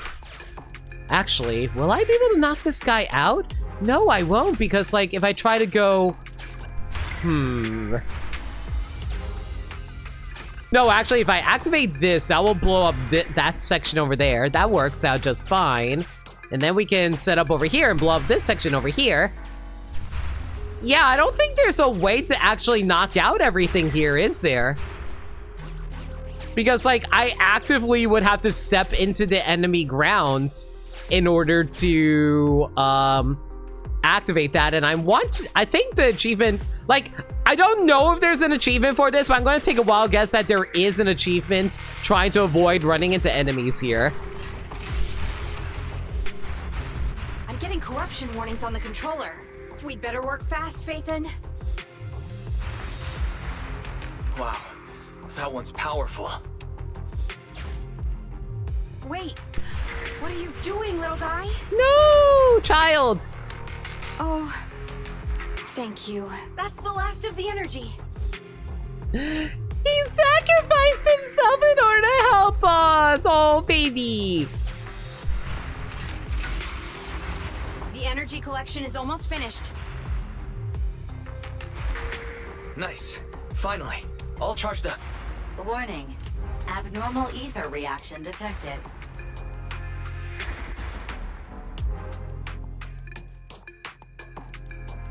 Wait! Don't run away! I knew it wasn't going to be that easy. Move to plan B.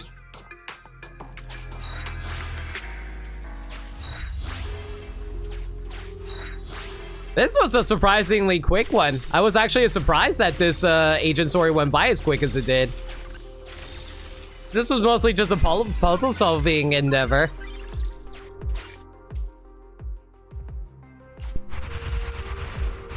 Keep the enemies at bay while I start a debug.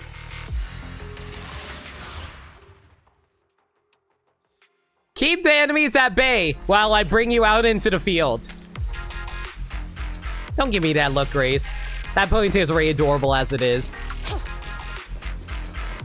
Oh, great, I gotta fight the boss.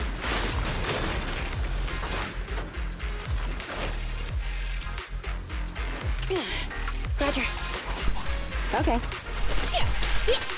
I wonder if there's actually a health bar I should be keeping an eye out.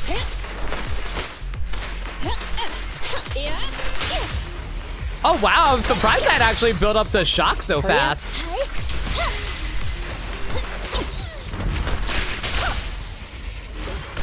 Perfect timing.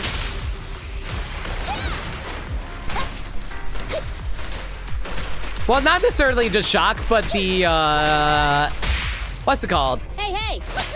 The stun? Yeah, the stun. Okay. Oh, please get absorbed into this. Wanna help? Commence demolition! Man, I feel like Grace doesn't do a whole lot of damage as much as I'd like, but I think the whole idea is that you're supposed to build up shock way faster compared to everyone else. Like, but yeah, like she's an anomaly character, right? Oh my god. Here comes the big one. Way more aggressive than I was expecting here. Probably should get rid of these side dudes out of the way so I don't have to worry about them for later. Excuse you, I was in the middle of an EX special. The pleasure's all yours. Max potential energy. Every effort You hate the curved blade, guys. Honestly, it's mostly because they are so fast and they don't actually let you know if you're out. Get away from me! Move it! It's mostly because like they move so fast, like sometimes they just like immediately teleport before they like that. Yeah, that like you have to be so split second with your counters, or otherwise you won't get the perfect parry. You asked for it. Last power test. Standing by. Ooh, there's a nice disorder though. The pleasure's all yours. Initial impulse.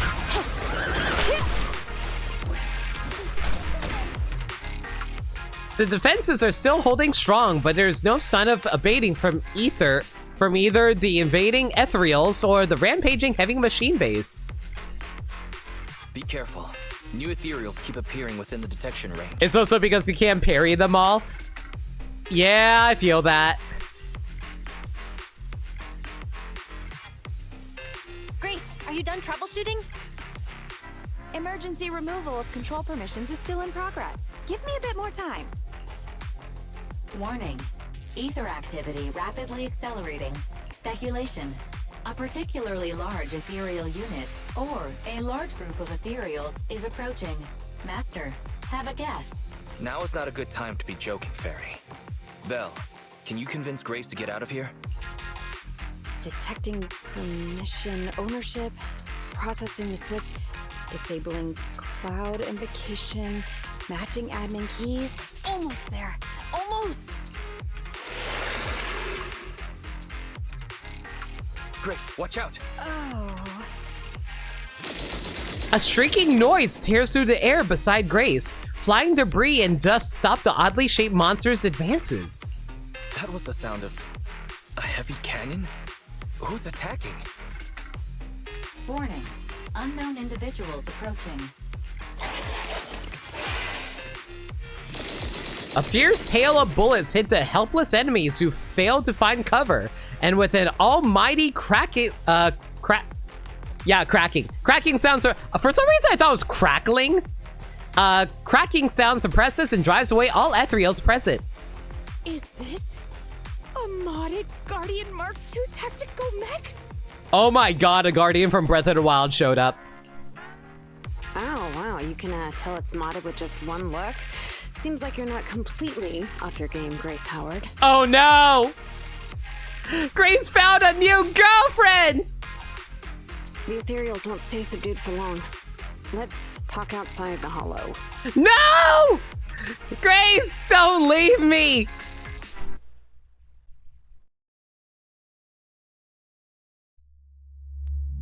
I know she's smart. I know she loves technology. I know she's cute. But I can do all those things and more too, Grace. I can do all those things and more. A short while later, in a safety zone out of the hollow. Hollow evacuation successful. Are you all right? I'm good, but what about Grace? Is she all right? Well, despite a few hiccups, the troubleshooting is all done. Fiddling around with machines while surrounded by monsters. Good to see that your morbid determination has never changed. Aw, she's just being tsundere right now. She's just upset because Grace has bigger boobs and a bigger brain. Oh, right. I haven't thanked you yet. Thank you so much for reaching out to help despite all that danger. Thanking people. Huh, that's a marked improvement. Who is this sassy lady? Is she your ex? Is she your ex? I've seen others similar to you, but you're truly one of a kind. Finally, a compliment from you? Better late than ever, I guess. The more I look at you, the more beautiful your curves are. And the sheer power you contain. Oh my god, Grace likes being pile drived. Got it. We gotta learn how to get Anton's weapon off of him. Wait up. Flattery's one thing, but I think you've gone a little too far. Nah. You may not swing that way, but you will make it work. I think I know what's going to happen next. This may be weird, but can I please pet you? God. Grace is a total degenerate just like me. We would get along so well. What the? Are you crazy?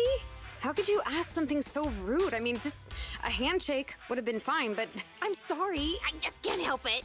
just hang on. Let me get mentally prepared for that. I'm just saying that all the women, every single woman is like, yo, I accept. Like, she's not even turning her down. She's just saying, I got mentally prepared for it because she wants it. You know she wants it. The young stranger waves her hands and closes her eyes in a panic, steeling herself for what's coming, but Grace passes her like nothing and goes directly to the legs of her tactical mech. Oh my, does this coating give additional insulation to the hull? Oh, and I bet the power supply inside has been upgraded too, right? I can hear it just humming with power, grunting. I love it! She likes grunting. It appears our savior is paralyzed. If I'm not mistaken, she's also shivering? Her face looks so red. Belle, should we go comfort her? Oh, I thought you changed at least a little bit, but I was majorly wrong. You're still infatuated with machines and ignoring people around you. The frosty cold iron witch, Grace Howard. See, that's why I'm like confused by the name of this agent story. Like, Grace is overly emotional. Just for machines. Hmm? You're this kid's mechanic? Pleased to meet you. Your child is really powerful. Ugh, shut up! We've known each other for ages. It's just you never took me seriously because of your twisted values. Huh? We know each other. But I can hardly remember seeing such a cool modded guardian mech like this before. Could you help refresh my memory? I am talking about me! Let go of my work, you mecha addict! You know, I kind of get where you're coming from. You know, I kinda empathize. Mostly because, like, man, I think the only person that Grace actually acknowledges as a person is probably Kaleda. Sorry, habits of the trade. Could you please tell me your name? Oh, or tell me about this kid's corpus data. As expected, you really don't remember me. That's fine. I'll just have to mercilessly beat you in a tech battle. Yo, Robot Wars! Anybody remember watching Robot Wars as a kid? I watched that all the time on Nickelodeon. Mind you, it was a, you know, dumbed down version for kids, but still, it was cool. I wonder how old Grace was when Kaleda's dad adopted her. Well, she's definitely older than Kaleda. Beat me in a tech battle? Oh, you're the second technological partner 3 Gates mentioned, right? Probably around, like... Probably, like, I imagine she was probably the same, like, however much older she is compared to Kaleda when Kaleda's dad left. Kaleda was still a child back then. I don't know. Do you guys think Kaleda's an adult? I don't know how to factor it in. Like, Hoyo's kind of weird when it comes to character ages. It's either booba booba booba or child-coded adult. Yes, I, Betty Brenda, am your opponent. Betty Brenda's a cute name. And I will beat you in this bid. It'll be a total humiliation for you and Bellabog. God, Betty Benda. I just read her name, Benda. The point is, like, that sounds like a freaking comic book name if I ever heard one. It's like Lois Lane, Clark Kent. It's got to have all the alliteration, you know. Later, Brand Street construction site, you got EOS back. Oh wait, it's Brand. Betty wants to humiliate you, hot. Oh please. Grace. God, imagine Grace being humiliated. We made it back safe and sound thanks to your guidance. The kid has now calmed down. Is the mechanic okay? I think she's okay. I didn't see any injuries. I'm asking if you're okay with her. Didn't she say she's your rival in the bidding process? And she seems to know you. Who knows? I don't remember much of it. Compared to her, I'm more concerned about my kid's logic core. If the awakening in the Hollow went well, I should be able to extract data from the logic core now. Let's call it a day. You take Eos home. I'll examine the hull when I get back. I'll get in touch with you guys if I have any updates or need your help again. Remember to investigate that mechanic. Grace's gaze returns to the machine the moment she says goodbye.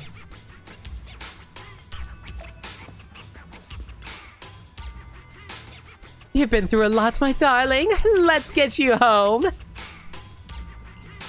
I'll give you a thorough checkup when we get home. God. Like, I just imagine a lot of the Sims for Grace are those people who are like, yo, girl, treat me like one of your children. All right, in the meanwhile, though, back home we go.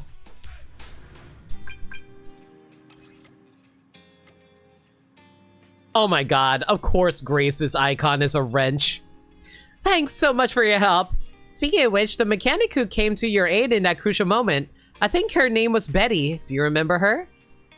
Oh yeah, I was just digging around and saw the name Betty Brenda on the roster at Roos Institute of Technology. She's in the same year as me.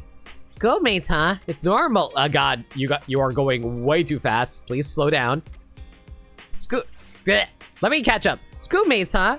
Schoolmates, huh? It's normal at school that size not to remember everyone. I found a group photo of our research team and realized she was actually my classmate. Classmates? Then you mustn't have been close. Otherwise you'd remember. I looked up the research log for my grad project and found out she was actually on my research team. The same team? Then I checked the Institute's dormitory records and discovered she lived in the same dorm the whole time. Girl. I need a drink. I've been thirsting all night.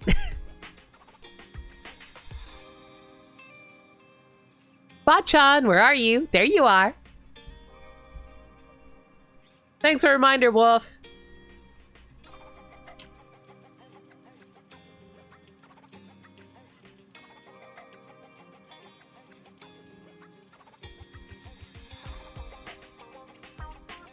Repent. This is your fault, Grace. Putting aside the fact that you were schoolmates, you were classmates, and even dorm mates, you shouldn't forget them. Put yourself in her shoes. It's completely understandable for Betty to be upset, even angry. So you think it's my fault too? Sweet Pea said the same thing. It couldn't be helped. Roos Institute of Technology is the holy land of mechanical engineering with thousands of fascinating mechanical prototypes in there. I didn't even have enough time to get to know all the kids there. How could I have any energy left over for socializing? Anyway, I'll apologize to Betty next time I see her. Grace, that is very neglectful.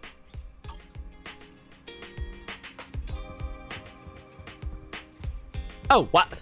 God, how the hell did I turn the camera perfectly in a full 360 before I was able to find Wise?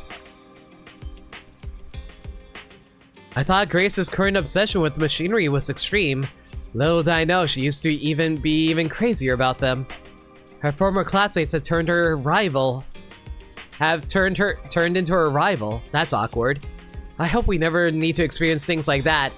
Wise, I challenge you to a Shaolin showdown. Grace is special. Indeed, her extreme obsession surely contributes to her extraordinary accomplishments. She's already the tech director of Bellabog Industries at such a young age. She's indeed a genius mechanic. How old is Grace? Like, I get when they say young age, she's probably mean like early 20s. But when it comes to anime, whenever they say young age, that could be as young as like 15. I blame you, young mecha pilots. Her commission isn't over yet. Let's get to work with her when she's made progress in her research. In the meantime, we can attend to other matters first. That was a really fast first chapter, actually.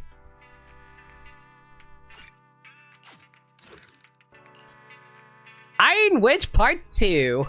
Cog wheels, electric wires, armor, and a touch of love. One day after accepting Grace's commission in the parking lot of the Random Play video store on 6th Street, Janice quarter new hairdo, today is the day for an important family event, repairing the business car. In truth, only one of the siblings is actually repairing while the other is resting. I swear, if it just cuts to Wise working on the car while Belle is lounging out on a lawn chair, I will die. Close enough. Attention, you have received an email from Grace Howard, the head technician at Bellabog Industries. AI pausing the music for car repairs to rebroadcast the content of the email. Ahem. Wise, Belle, this is Grace. Are you two free by any chance? I've already extracted enough data from the logic core. We're now ready for the next phase. I need your help with something, but this time it's kinda special. I don't need Phaethon to make an appearance, just you two. If you're free, we can make up at the old spot, Brand Street construction site. Email ends, drafting reply. I think I'll pass. Today is an important day. We need to repair our car. See you next time. Please say send if you wish to send this reply. Don't send! Later, the siblings arrive at the Brand Street construction site without incident. You arrive at the destination. The large mech emits a low thrum, as if in anticipation of guests arriving. A familiar figure in overalls greets you with a smile. Oh god! Does Grace normally wear overalls? I don't think she does, right? Hello, you two. You're quick. What about the little one? You know what, maybe we should just shove Eos into Grace's arms and maybe then she'll pay attention to us. We didn't bring him because we're not heading into any hollows. We didn't bring him because we don't want him to be harassed by weirdos. You know what? No chill. No chill. Well, we didn't bring Eos because we don't want it to be harassed by weirdos. What? There are weirdos trying to harass Eos? Who is it? Tell me and I'll teach them a lesson. So Grace really doesn't think she's doing anything wrong. The large machine next to her steps back and forth to one side, seemingly restless. Good kid. Don't worry, these two aren't the bad guys. The logic core that was awakened last time. Have you tried booting it up? Any issues? Don't worry, it's only partially booted for now. After the last troubleshooting session, I've managed to fully filter out the data and divert control of basic functions away from the dangerous infected data. Now I just have to wipe any sensitive data left behind regarding the prototype, and it'll be ready for the delivery to 3 Gates. Barry, can you help? Barry, can you help with clearing the sensitive data? I keep on forgetting that the data actually, the conversation will actually progress without me having to read it out. Negative. All logic cores that pass the forbidden fruit test, i.e., the core systems of AI-enabled machinery, are incompatible with my protocols. Forced intervention can have unforeseen consequences. Also, I prefer not to interact with ether-corrupted data. It's rare to see her retreat from a request like this. Fairy, why would you refuse to access data corrupted by ether? I've prepared 10 disgusting metaphors to explain it to you. Which would you like to hear first? Note, human tolerance is limited to about 10 on the disgust scale. What's the score of the least disgusting one? 11.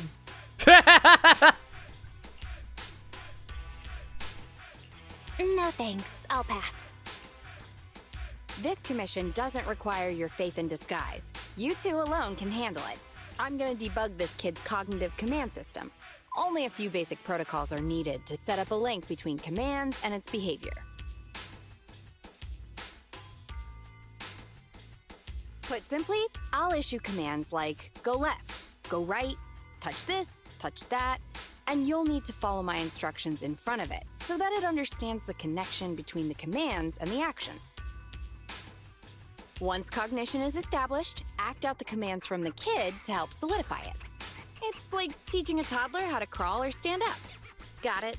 I'll run some system tests on this baby first. Just let me know when you're ready to go. Step 1 for cognitive tuning is to calibrate command functions for this child to make sure he's receiving accurate commands. Basically, all you have to do is touch either a wooden box or a metal bucket, and he'll recognize the item and then send a corresponding signal back to my control terminal. The child agreed to turn a red signal when a box is detected and a green signal for a bucket. That's even more straightforward than I thought.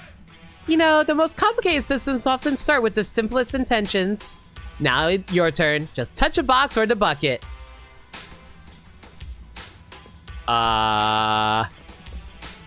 Is this a bucket? This is more like an iron barrel. A tall steel bucket that feels thick and who describes this as a freaking bucket?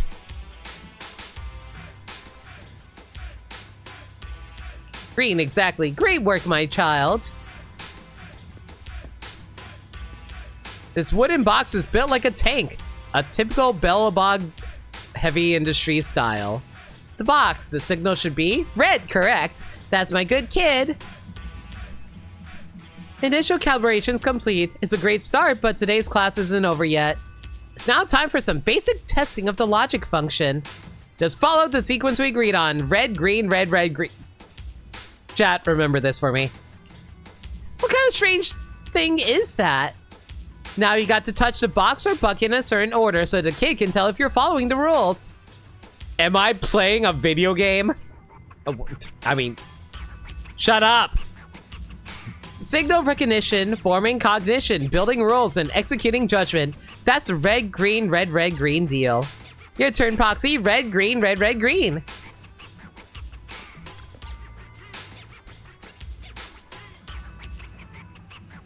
Okay. Wise, do you remember the combination? Well, just put your hand on top of the box or the bucket. Do you remember the order Grace told you? Box means red, bucket means green. Red, red, red, green, red, red, green. Is that what she said? Red, green, red, red. Actually, what happens if I fail this? The signal return is error. There's a confused emoji. This child identified the wrong sequence. Don't let a kid beat you, Proxy. Wow, game's just calling me dumber than a 5th grader. Okay, fair enough.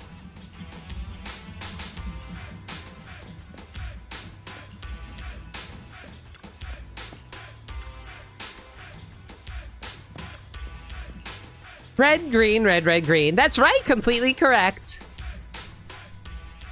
After running a series of commands, Grace finally announces that the cognition system has been successfully calibrated. Great job. Well done. The cognitive commands have been recorded with precision.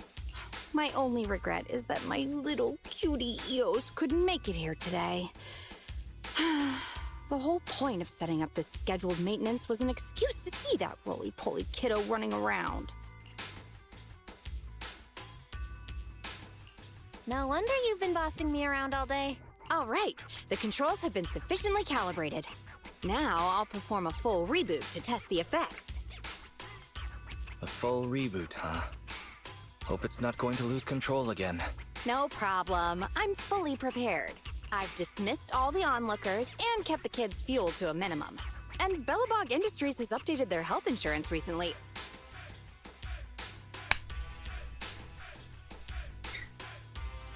Are the Gray Sims that desperate to get smashed by a huge titty? You have accident coverage, right? Why am I not feeling reassured?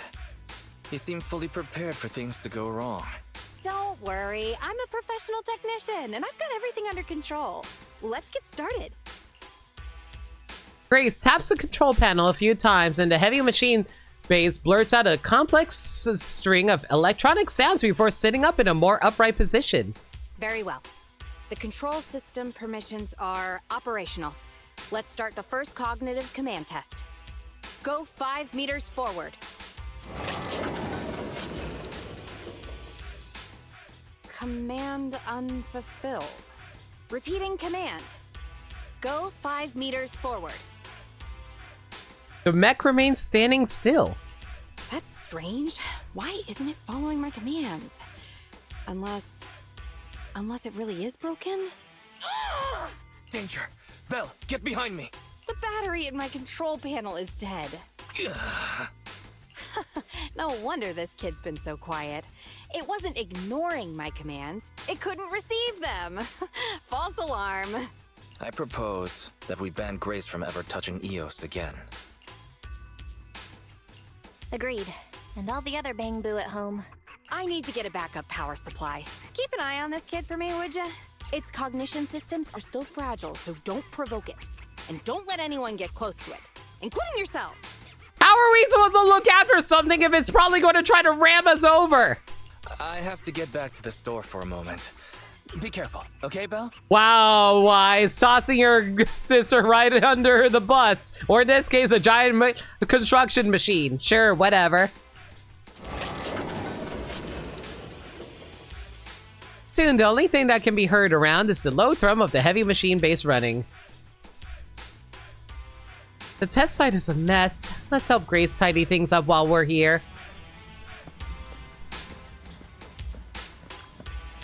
That wooden box sure is sturdy and looks pretty heavy. Moving it turns out to be a workout. How much you want to bet if I move this box we're going to get attacked by this thing? After some effort, they are successfully moved.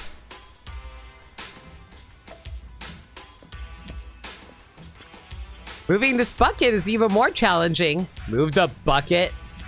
It's a bit harder than you expected. You need to include more physical activity alongside gaming and work. What is this game suggesting? Beep beep. That sound. Is it the heavy machine base? Let's go check. Yeah, that's a good idea. Let's go touch the machine that Grace told us not to go near. Nothing could go possibly wrong. The heavy machine base continues to produce inscrutable noises. Right then, the sound of confident footsteps accompanied by a familiar voice reach you. Don't panic. The cognitive unit hasn't received any input commands for a while, so the machine's just running a system diagnostic. Betty? What are you doing here? Have we met? How do you know me? Grace told me about you. I see. So you're the Iron Witch's apprentice, aren't you? Which is why you're keeping guard here. Why is the system diagnostic showing such a strong likelihood of startup? Could it be? As she's saying that, the young mechanic you crossed paths before strides up to the machine base. Hold on, Betty. Grace said it'd be dangerous for outsiders to get too close. Outsiders? I'm an expert technician. Her machines usually have a soft reset button placed at the back. If I'm able to get there, I can...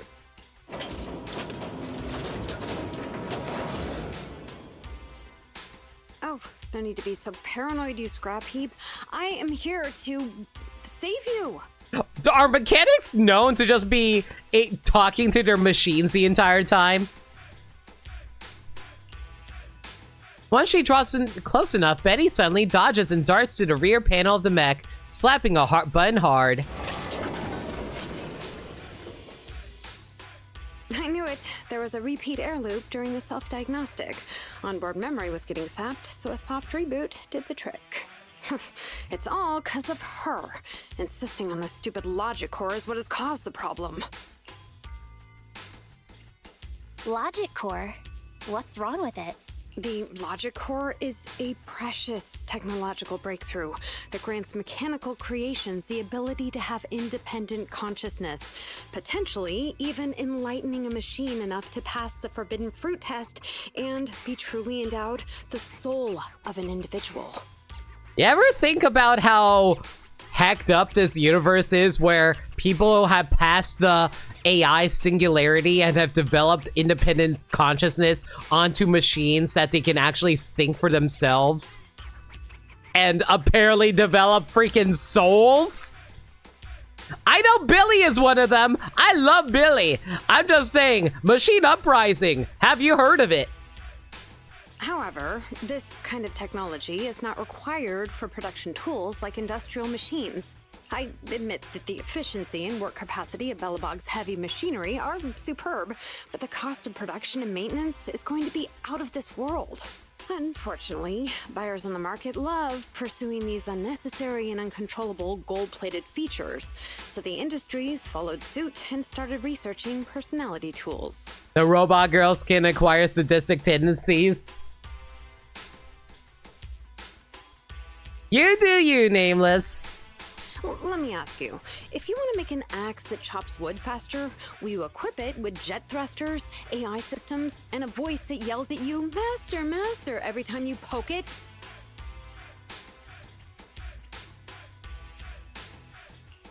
Whoa, a jet axe? I'd like to see that. You're the kind of person who still watches cartoons even though you're grown up, right? Excuse you! I am watching cartoons made for all ages! Listen up, apprentice. Tools are just tools. Their value lies in being easy to get, easy to use, and easy to replace. Use them while they're good, and chuck them out once they're broken. Personifying or putting them before humans is heresy. And that's exactly the type of person your teacher is. She's mastered new applications for personified operating systems, and in doing so, has grown contemptuous of humanity. She's just a weirdo obsessed with tools who gets things backwards.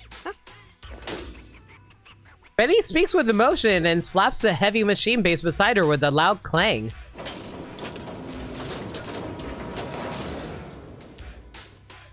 Huh? How is it moving again?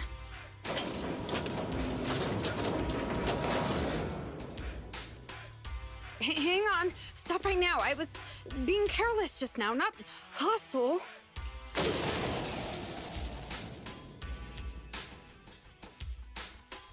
Ah! Abort startup. A familiar voice stops the heavy machine base, causing it to return to standby mode. Huh. That was a close one, but luckily I caught it. You, didn't I say not to provoke this kid? Betty, what are you doing here? Yeah, nothing. Just here to inform you. Three Gates Corp has officially recognized my company's application for tech cooperation. And, well, only one of us will be granted resource support on the evaluation day.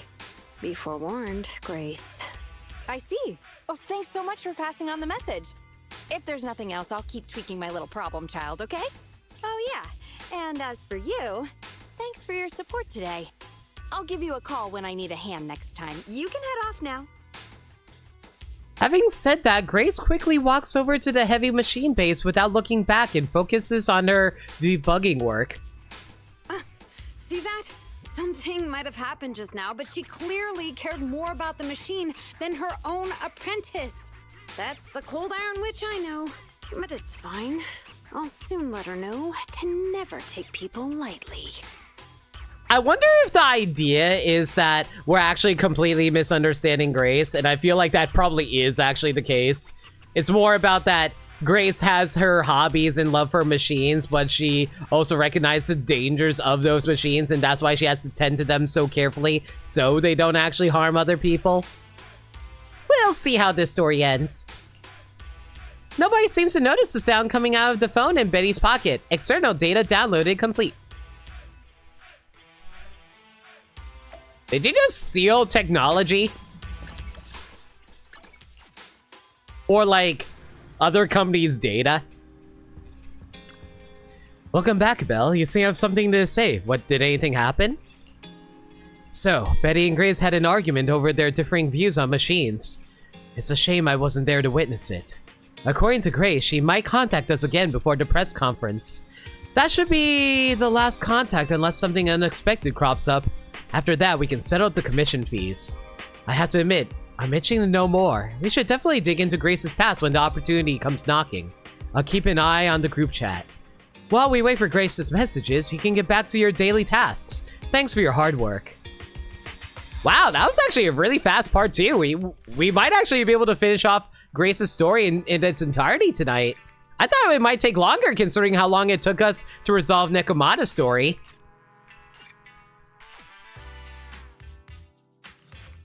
One day after you helped Grace adjust the machines, you unexpectedly see a familiar figure on 6th Street.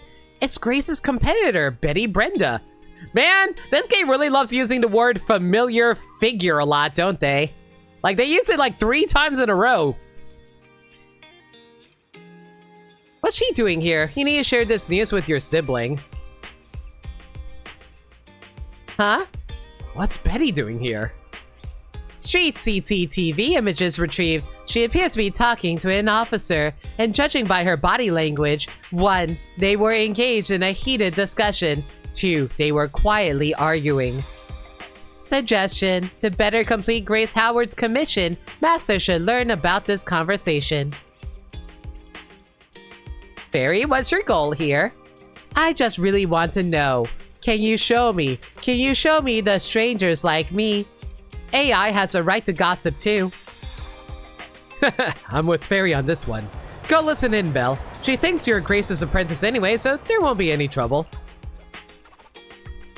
Okay, I need to know what's happening, even if it's just for the sake of gossiping with my sibling. How many of you guys would actually eavesdrop on conversations just so you can gossip?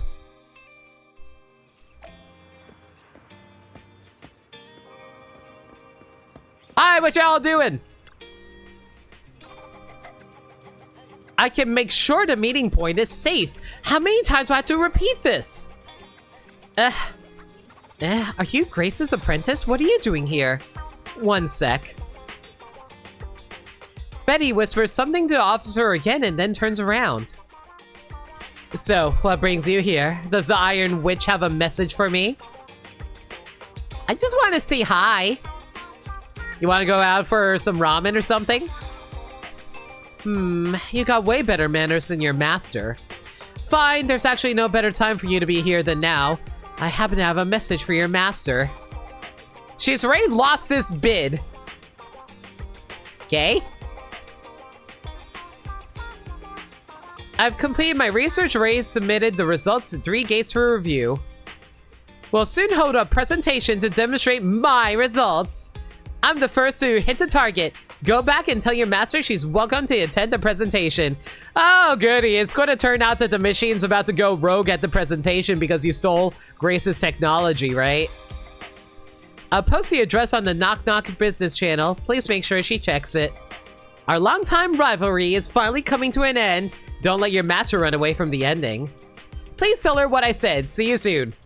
Betty, I think Grace barely even acknowledges your existing, girl. Betty turns and leaves as soon as she finishes speaking. Betty's like Ash Ketchum with like Gary during the first season of Pokemon. Just be all like, oh, that Gary! I'll show him up someday! And Gary's like, oh, hey Ash, how you doing?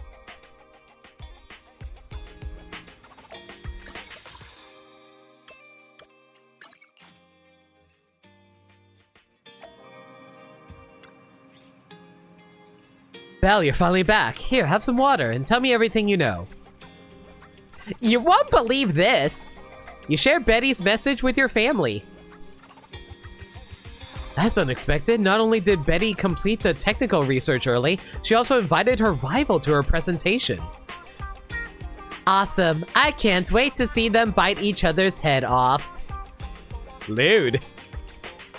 Fairy, please don't speak like those netizens on internet. And Belle, we should text Grace and tell her about it right away. Grace, are you in? I'm not here. How are you replying to me then? Quit fiddling around with those children of yours. We got some key intel for you. Betty wants to challenge you. Betty says she achieved a technical milestone. She bragged about how she's going to win the bid, and she put together the meet and greet with the 3 Gates reps. She asked Belle to get you to attend too. The address is the Knock Knock business channel. Check out the news about the tech corporation. Hang on, let me see. It's somewhat strange. What's that? The address for this meet and greet, it's inside a hollow.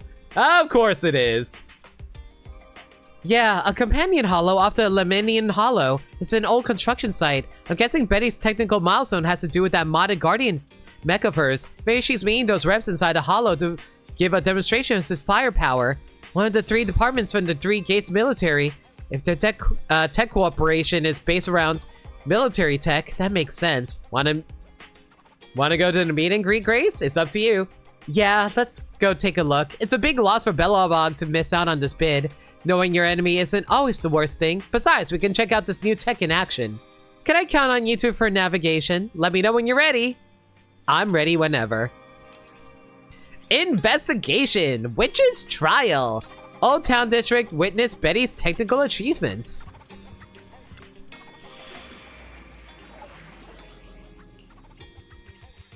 Officer 148, Juyuan, ready. Touch me. I only You know handle what? technical matters. Starlight, it's... Come on, let's get to work. I'll bring Anton along. I know I'm under-leveled if I bring in Anton, but you know what? Screw it. Like, I'm pretty sure you can probably beat this with just Grace by herself. So even if I'm throwing in some extra, like, characters, they're probably just going to be under-leveled anyway. It's fine. Yeah, you know what's good. Your agents have a low average level. The difficulty of the current commission is high. Do you want to continue? What's the worst that can happen?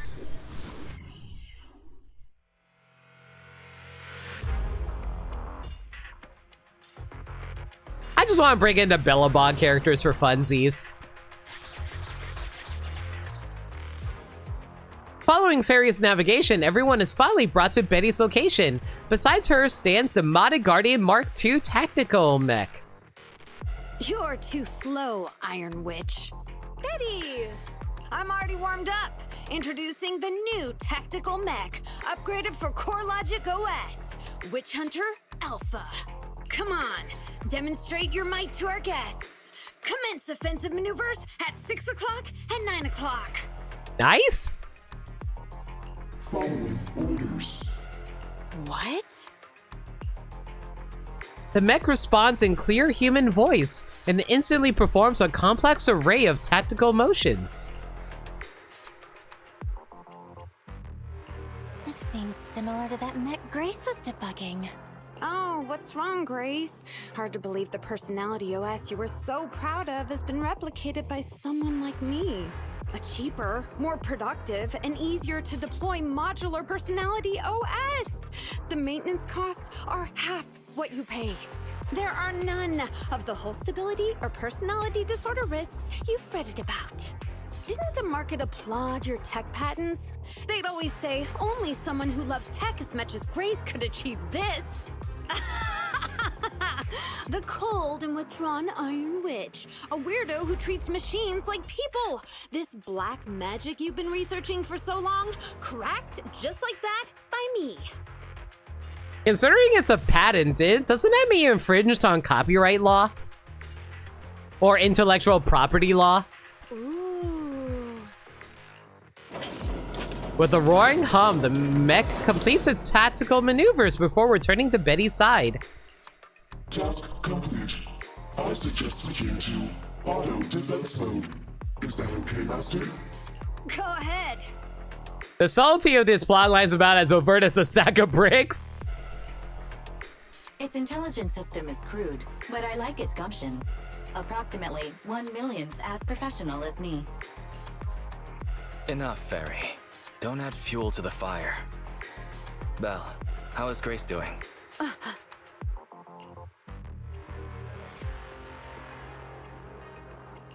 Don't worry. I doubt it's as powerful as the machine you trained.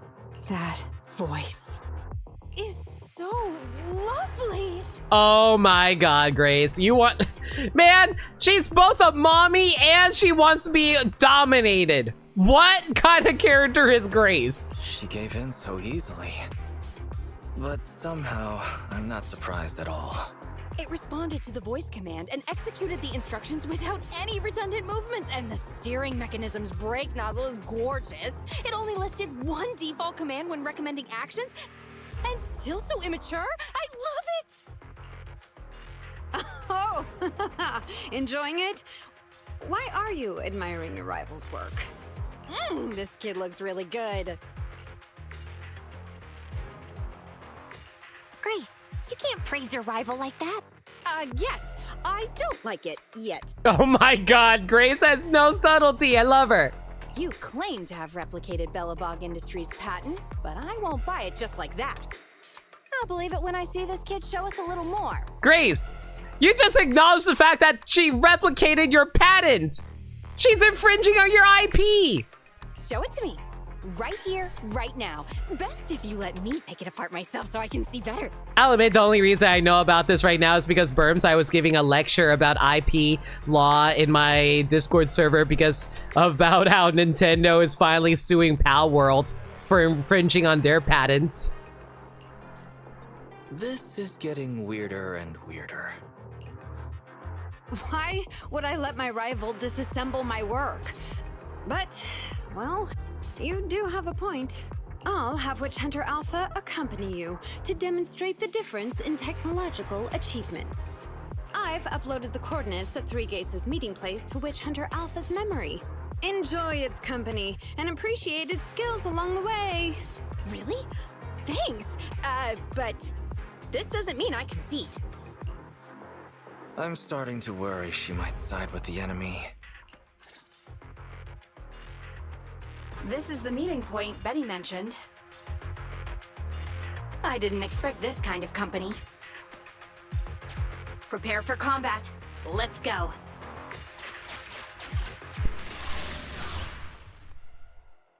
Honestly, you've been checking Pal World fan communities after this reveal. The anger is honestly kind of hilarious. I mean, I'm not too terribly surprised considering the information that Burmside told me about how copyright law usually takes around like 2 years before they actually start the lawsuit for it. So it's probably that Nintendo were actually considering suing them. We just took them longer than they expected.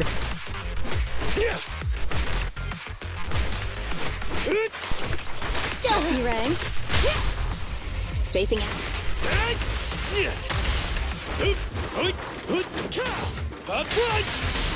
Oh, I barely do any damage. Look at these numbers. Children need lots of rest. Like, we're hitting thousands, and Anton is only hitting double digits. Barely even hitting 3.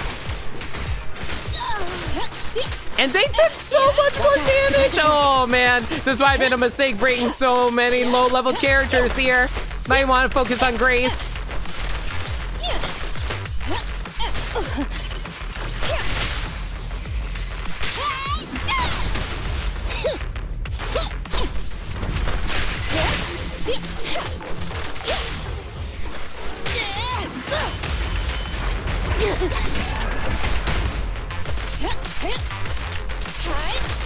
Have a couple more. Can't let the techies do up. Don't get in my way! Can't stop me! Eat hammer!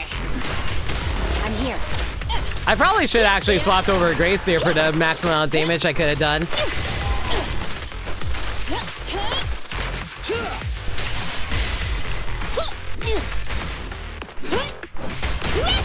Woo, there's a nice disorder. For record, you've mainly been looking at the Pal World Red, and you know how red it is? Yeah. Your shift is over! Last power test! Nintendo's how Satan trying to salvage their failing Switch 2 by killing off the Hope competition. nothing happens when the Three Gates reps arrive. Ignoring the fact that the Switch is still selling gangbusters.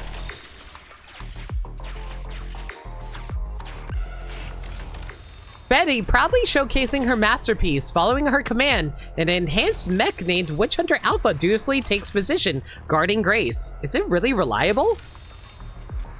Upon hearing your warning, the proud mechanic bursts into laughter. Ha! These small-time ethereals are no match for the almighty Witch Hunter Alpha. It's true that there is not even a single scratch on the mecha's robust armor. How will you demonstrate its power? Betty points to a specific location. This is where I scheduled to meet the people from Three Gates Core. Allow Witch Hunter Alpha to accompany you there. Begin the escort service. All right, Witch Hunter Alpha, enable escort mode. Take out the ethereals up ahead first. Orders received. Suppressing with force.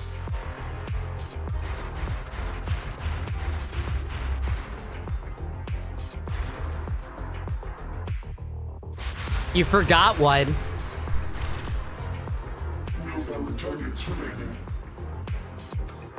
That was fast and so accurate. Don't praise your rival. Oh, I am just getting started. Why do I have a weird feeling we're gonna have to fight this thing at the end? Warning. Units with high ether activity detected ahead. They are likely strong enemies. A direct confrontation is not suggested. Scanning for a suitable detour. High-risk ethereal slot. Commencing annihilation. It just sped off.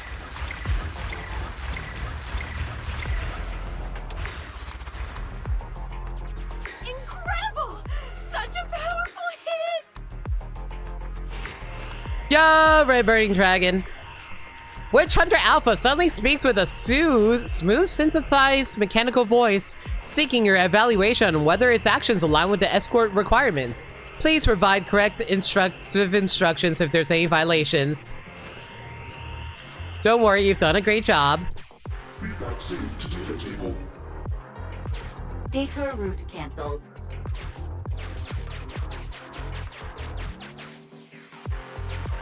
Warning. The area ahead contains many unfinished buildings. The path forward is blocked. Strategy modification is required. Why do you imagine Mega Man.exe makes a crossover with ZZZ? I don't think that would work too well because, like, the characters are just normal characters. Like, I guess Mega Man.exe could show up as a AI type of character, but you wouldn't be able to actually have them be able to fight in the overworld because we do take place in a normal society, not like an online location. This is like the TV setup here isn't literally inside of a computer. Scanning for a suitable detour.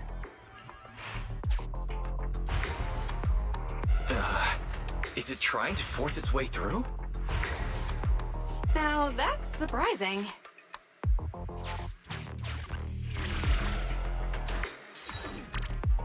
Can everybody hear me? I've decided to give you a special demonstration of the long-range firepower of Witch Hunter Alpha. Why is Betty's name The Climax? The personalized operating system I built is more precise than your version, Grace. You can command it effortlessly. Witch Hunter Alpha, destroy hostile units ahead! Open fire! Volna would work. Honestly, regular Mega Man would work too. I think Volna would definitely be the best Mega Man to use though. Huh? It missed. No. It's still... So you could tell, right? Now, correct. It can identify the best target to strike. Interesting. Relying on Witch Hunter Alpha's superior firepower, mobility, and response speed, the group soon arrives at the location Betty has provided. We're here. Good timing. The 3 gates reps and public security will arrive shortly. How about it, Grace? Willing to admit defeat?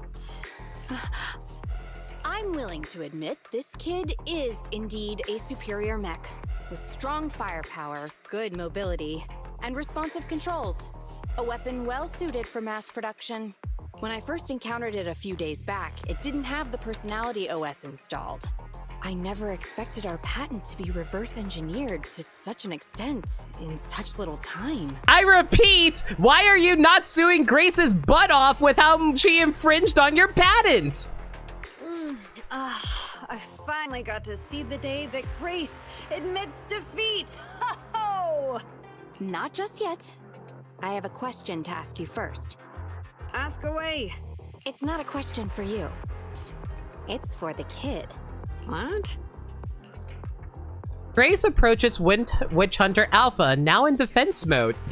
I summon Witch Hunter Alpha in defense mode! God, that does sound like a Yu-Gi-Oh name, doesn't it? And when its targeting systems illuminate her, she says, Witch Hunter Alpha, how high should the driver's seat be set? I have neither a pulpit nor a seat.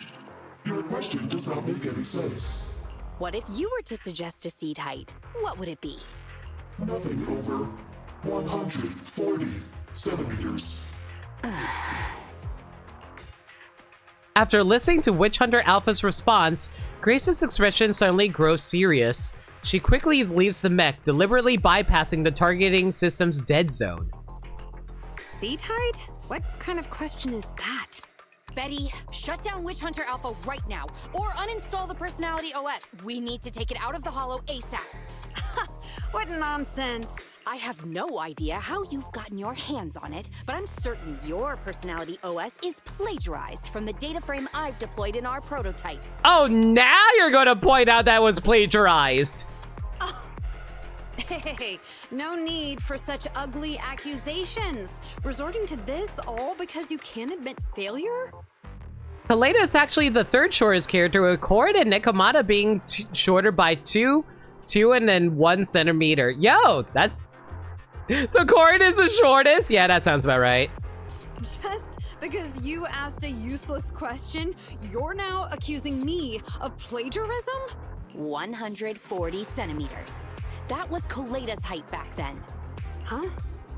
The former president of Bellabog Industries, Koleda's father and my mentor, Horse, when he finalized his prototype, he calibrated a specific seat height so that his daughter could pilot it from the get-go.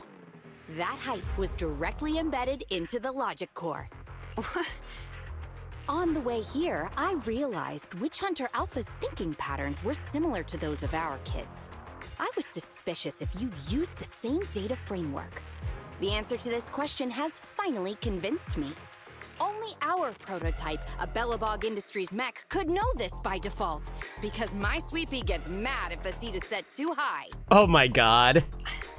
How you and your venomous slander! That's just a coincidence! You know deep in your heart it's not. Listen to me, buddy. The logic core data from the prototype hasn't had comprehensive troubleshooting yet. There's still lots of corrupted data that needs stripping away. Using a copied framework means it's also contaminated with corrupted data.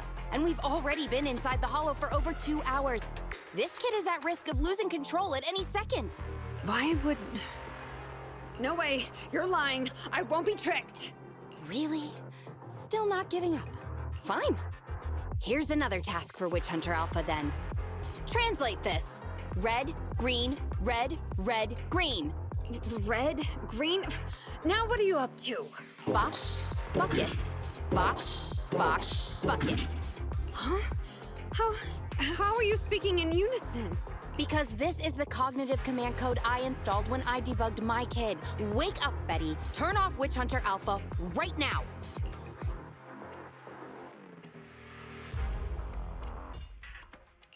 You can tell it's plagiarized because she copied all the errors over too. Warning. Hostile behavior detected. Initiating self-defense mode. I know you're just bluffing. Go, Witch Hunter Alpha. Get rid of this trickster witch. Wow, Betty just casually deciding, yo, you know what? Let's just murder the competition. That's fine. That's not illegal. The sharp frame of the technical mech moves, holding its heavy cannon. Oh, huh? And targeting its own mechanic. Oh. Betty, watch out!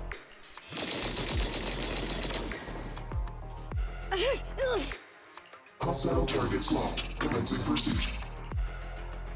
The targeting system chases non-existent enemies, and Witch Hunter Alpha plunges into the depths of the Holo. Proxy, let's go after it!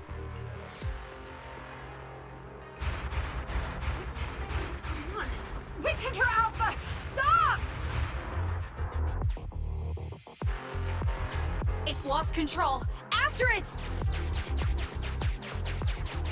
Oh god, I can build up...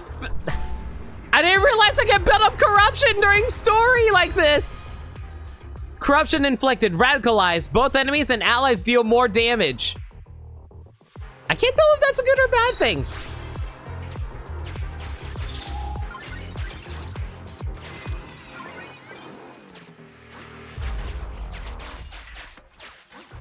Wait, hang on a second. How do I get to that? Ooh, sneaky. I'll take that. Thank you, game.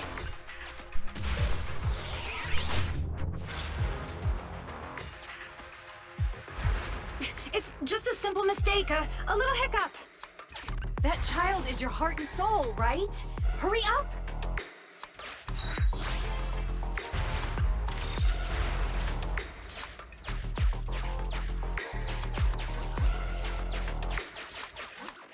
Oh boy. Noted, so I probably should try to avoid stepping into the bomb range, huh?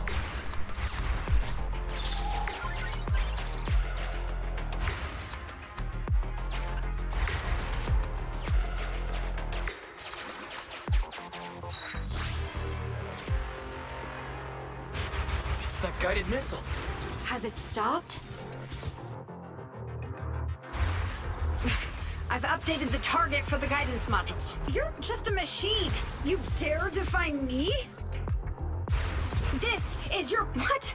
It dodged it?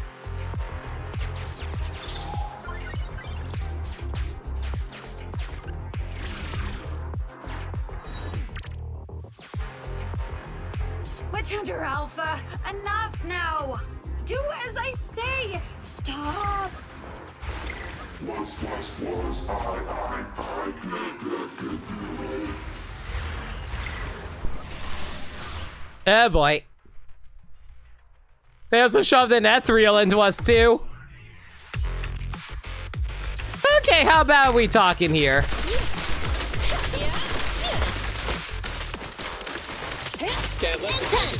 Children need lots of rest. You know, if there's one thing I need to be better about when it comes to using these characters. What? How did it not trigger a heavy attack for that? This is fine. Like, I was hoping that would trigger into a chain attack, but it didn't work. But yeah, like, actually, something I've learned when it comes to playing this game, you definitely want to swap off a lot while you're doing a finishing move like that so you can max out the DPS that you're trying to go for. Like that, like... Hey. These are the tough ones to me. Thank you! Liminality! Thank you so much for the resub for 11 months! That's so kind of you, dude! Almost a whole year, even! Much appreciated, man! Hope you've been well.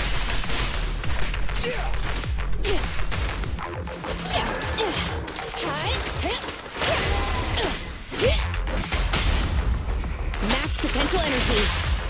No escape! I'm here! Okay. Oh, this little one is so cute! I'll just explode! Exhausted, finally have time off, and inertia is going to stress hit you like a drug. Oof. No! Why won't you... Don't lose your head. Just get after it. Hope that you can find some relaxation too. Believe me, I've been dealing with a lot of stress myself. Warning. Increase in engine output detected.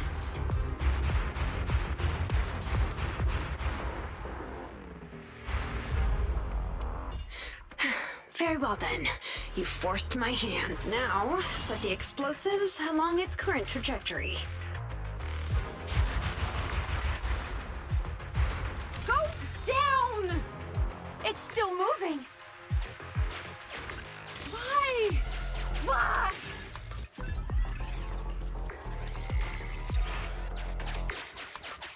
All right, time for the boss. You're about to enter the critical stage. Let's go. Well, at least the corruption we got, it was only just extra damage overall. Control system and onboard weapons have been damaged. Entering attack mode.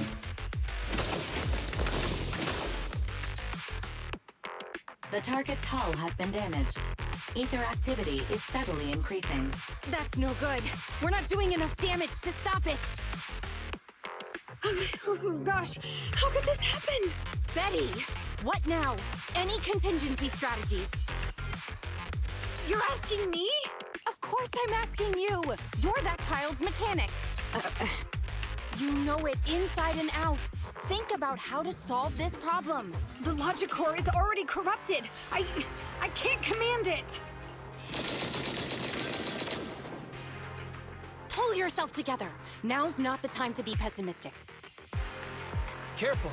That mech's attacks are growing in intensity. Are there any software vulnerabilities we can exploit? Any hardware damage? Contingency protocols? Module defects? Think! Quick! Run. What's that? Run! Just run! I admit it. I plagiarized your data framework. I just built a simulation layer over the top of the base structure. I don't know how to deal with this situation. Let's run.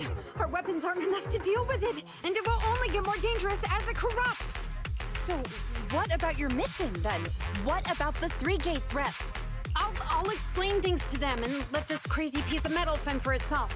And we can still call up the HIA to come take care of it. What kind of joke is that? Oh, jeez, Grace.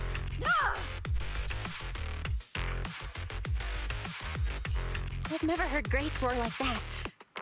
So scary. Why can't we run away? Anyone with common sense would do the same.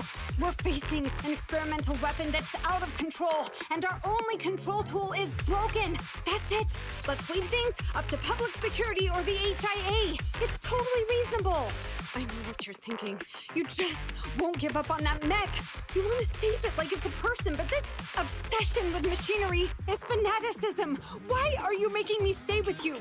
Enough with all your nonsense. Leaving problems behind for someone else to handle. You're just shirking your obligations. Oh! Grace is actually dishing out hard truths! You're that child's mechanic. It's your responsibility to deal with it. Yo, why am I getting Frankie from One Piece flashbacks right now? Holy cow! Run away? Have you thought about how many other people would be risking their lives because you neglected your duty? Betty's shrewd expression gradually collapses beneath the anger of Grace's rebuke. It takes her a few seconds to squeeze out a stifled cry and answer. I don't know what to do. Hand over the control panel. Huh? What are you gonna do? Take back control.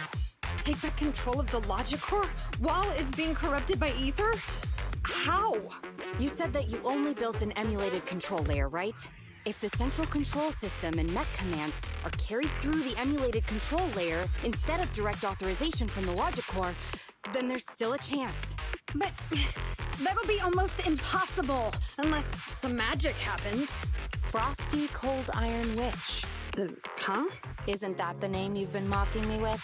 If you need some magic, don't you need a witch on your side? Oh my god! Why is Grace so freaking cool right now? It's Frankie's backstory, right?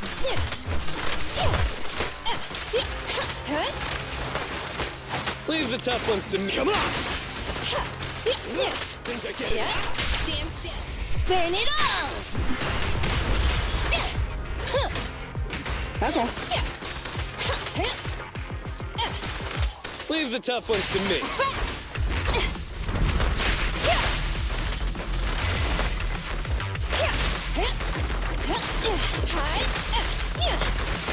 Man, considering how often she's able to dish out physical attacks, I'm surprised that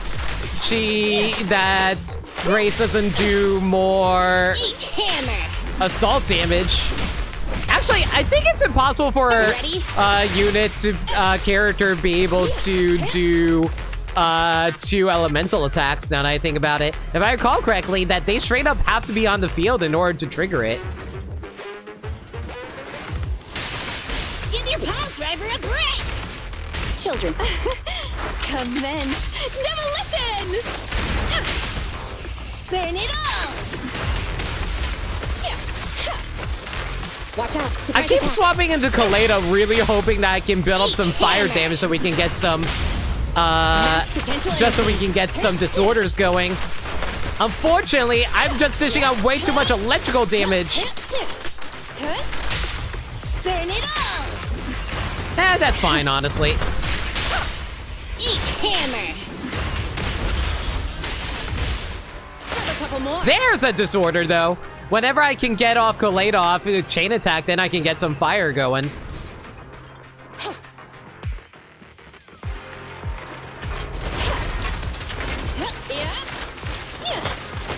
Oh, jeez. I should have realized that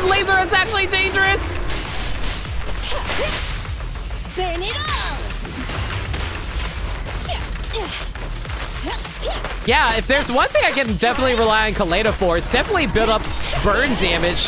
That can definitely set up for a lot of extra damage. President, time to switch. Okay. Hey, buddy, how's it going? Hopefully you can chill the hell out.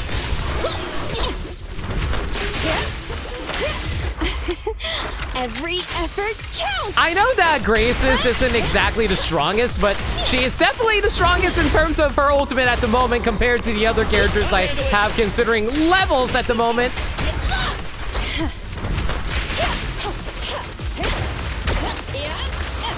My turn.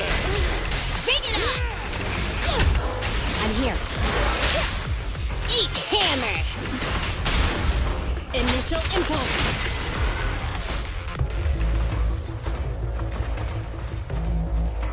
Its main control system's damaged. Now's the time. Betty, give me the control panel. What? Here. Cut autonomous order percentage. Switch permissions to G44. Ceasefire control radar module. Change power distribution to manual. Restart energy pump. I love Technobabble! Too slow. Also, I think I've seen this cutscene before. I think this was uploaded to the Zenless YouTube channel. Is the soft reboot button in the middle of its frame? Yeah. Wait, you want to try a manual reboot? Are you out of your mind? Isolate and disable weapons. Yeah, totally. Mechanics are totally capable of doing like flips in the air while you're jumping and jump like 3 times the height of your actual height. I totally can jump 3 times my normal height too.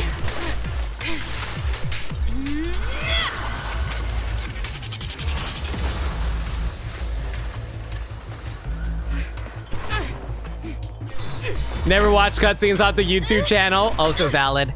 Right here.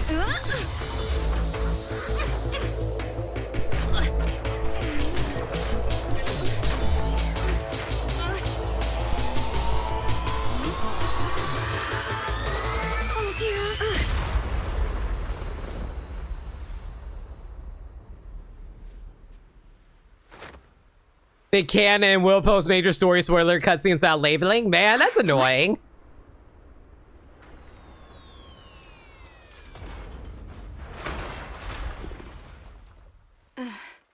Feet!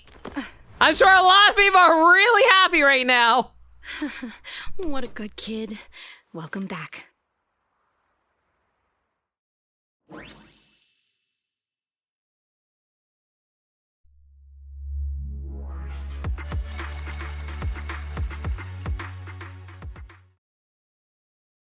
After a short while, PubSec forces worked together with weapons experts from Defense Force and dispose of Witch Hunter Alpha. Yikes. I never expected those PubSec agents to come so fast.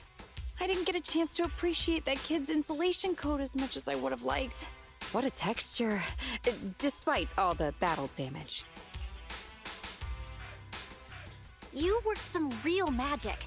You really are a witch. Looks like Grace isn't a machine maniac with the screw loose. Her wealth of professional expertise just shows in unconventional ways. Hey, that was rude. Do you think it's easy being a corporate technician like me? Especially considering how young I am. How old are you, Grace? As an apology, I'll let you give me this cute little thing to pet. I mean, research for a few days.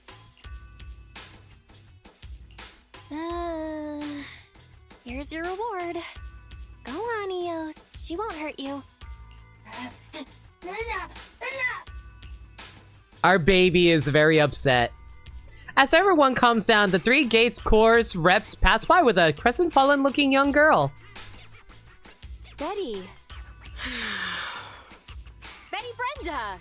If you want to laugh at me, be my guest. I've got nothing to say. Great job constructing that emulated control layer. Huh? The voice print conversion command was so good I almost got fooled. Even though the incomplete data framework caused lots of operational errors and low efficiency. there's still lots of room for improvement. If you're interested in personality OS research, I can give you some sample data from our prototype. Of course, you'll have to wait until your suspension is over and you've regained your mechanics license. I lost. Completely, thoroughly. Good luck with your technical collaboration, Grace Howard. The young mechanic follows the marching units out of the hollow once more, and for just a second, her back seems to just little bit straighter. You're still willing to give her sample data? Roxy, have you heard of horsepower as a unit of measurement? It indicates how many horses would be required for an equivalent output of force. Industrial machinery usually has a horsepower of several hundred or several thousand. Don't you think this is a real boon for horses? Because these machines end up saving hundreds of them from the pain of manual labor. People are just the same. An industrial machine can save dozens of engineer teams from hollow-related danger, and a tactical mech can save several combat squads from having to face ethereals. And me? Actually, I can't say that I simply love machinery. All I'm infatuated with is the prospect of saving humans from getting ruined inside the hollows, and sparing their families all the suffering and grief. I may have destroyed many times the machines that my peers, indirectly or otherwise, have. So that's really why I'm a witch, you know? Even if it makes me cry out in sorrow, I still have to send these kids out there to face fatal threats. But if there were more witches like me in New Eridu's future, just a few more people willing to care for these machines and shed tears for their sacrifices, well, maybe these kids would be more willing to forgive us for what we expect of them. Grace takes the heavy machine back with her for checkups and repairs. Now we finally wrapped up Grace's commission. I should take Eos back to the shop and take a break.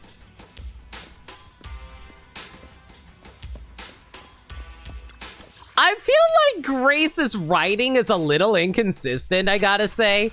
Like, if the whole idea is that she wants to be able to help people, like machines are meant to, like she wants to make machines to help people not have to go through the dangers of the hollows. But she's also like regretful for, like she feels regret for making these machines in order to perform the tasks that we need them to perform. Isn't that just like the same idea of like you want it, like does that mean that I guess the idea is that she values machines just as much as she values human lives, but she understands the sacrifice that machines need to put in because they are needed for the safety of humanity, because humans aren't able to do things as well as machines can. So she just feels like she wants to show the love for the machines for that they have to put in for her, so that it's not just like using them as tools. I guess that's like kind of nice. I think that's the general idea that I'm trying to I'm getting across here. The commission is completed successfully. You've done great, Belle. You too.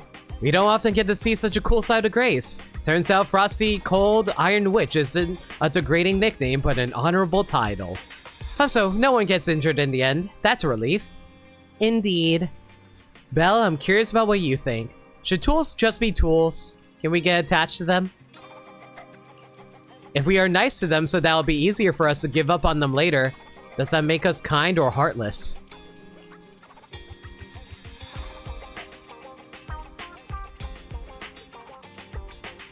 What the heck do I say in regards to this? I don't know. It's indeed difficult to pick a side. After all, people must have something they firmly believe in behind their choices. Anyway, this commission has finally come to an end smoothly. Let's get some rest and back to our routine.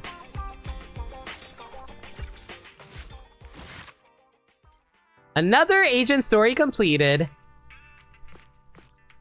All right, we just got 3 more to go through, everyone.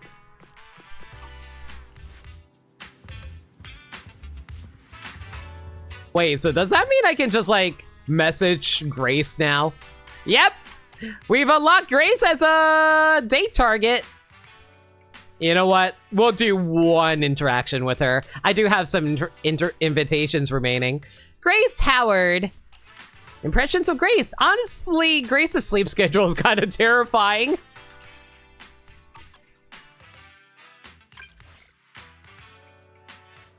And Eos, is that you? Sorry, it's a human. Oh, it's Proxy. Anything I can help you with it? Help you with? I was just going to ask you out. If you had told me that earlier, I'd still be over to Moon. Where to? I don't know. How about I come to Brand Street construction site? That sounds like something you'd like. Really? That is a huge help. Can I help? Of course. Anyway, no backing out. See you at the site. I'll let you pick a time. This is actually the first time I'm interacting with her, so I actually have no idea what she's expecting me to chat with her about.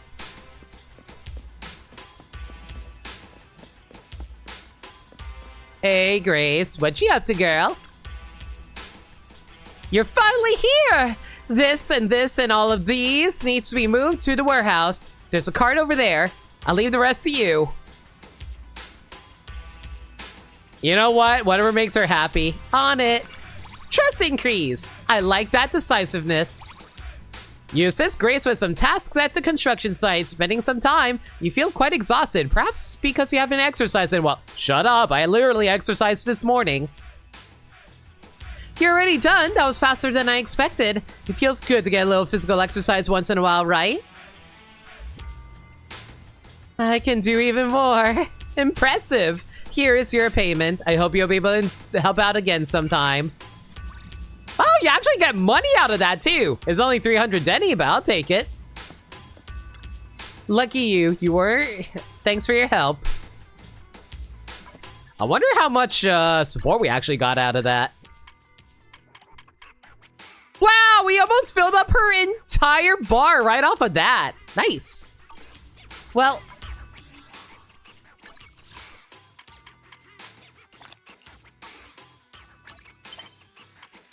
oh my god, we actually got an internet level off of that too. Let's go.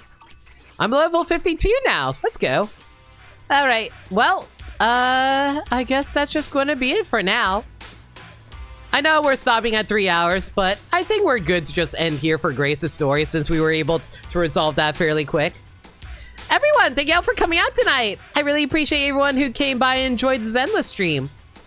Hugs are no limit. Oh, thank you, Ogrimmar. Very kind of you. Next stream will be on Friday. We're going to be doing more Fire Emblem 3 Houses, Silver Snow Route. If there's any changes to the schedule, though, y'all can follow me on Twitter at NoLimit42, where I post stream updates and general shenanigans. Alternatively, y'all can hit up the Discord server, where we talk about anything and everything. We're a very friendly bunch there, and we're always welcome to any new faces. We also do movie nights in there every Monday night at 7 p.m. Eastern Standard Time. We're currently doing a superhero movie marathon, and we're going to be watching Batman Forever. Not Batman Forever. Batman and Robin on Monday. Stay cool, bird boy. But yeah, if you want to check that out, consider hitting up the Discord server where we host it. I also have a Throne account. Y'all never have to buy me anything, but you know, it's there if you ever feel like it. If you guys have any raid messages in mind, let me know. We're gonna find ourselves a nice raid target.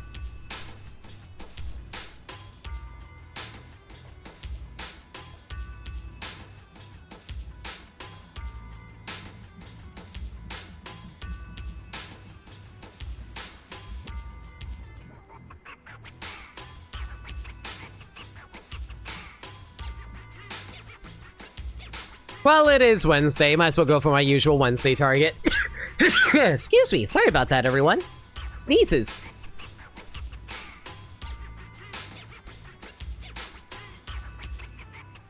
Okay, let's go with...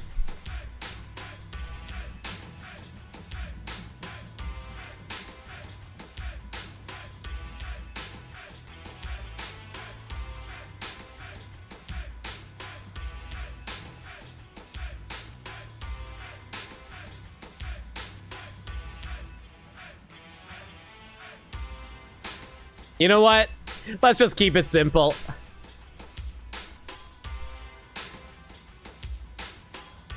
I'll just go raid with feet, just because I think it'd be funny. We'll raid Mayo, currently doing Clock Tower. Go give him all the love. I'm probably going to hop into another game if they have enough people.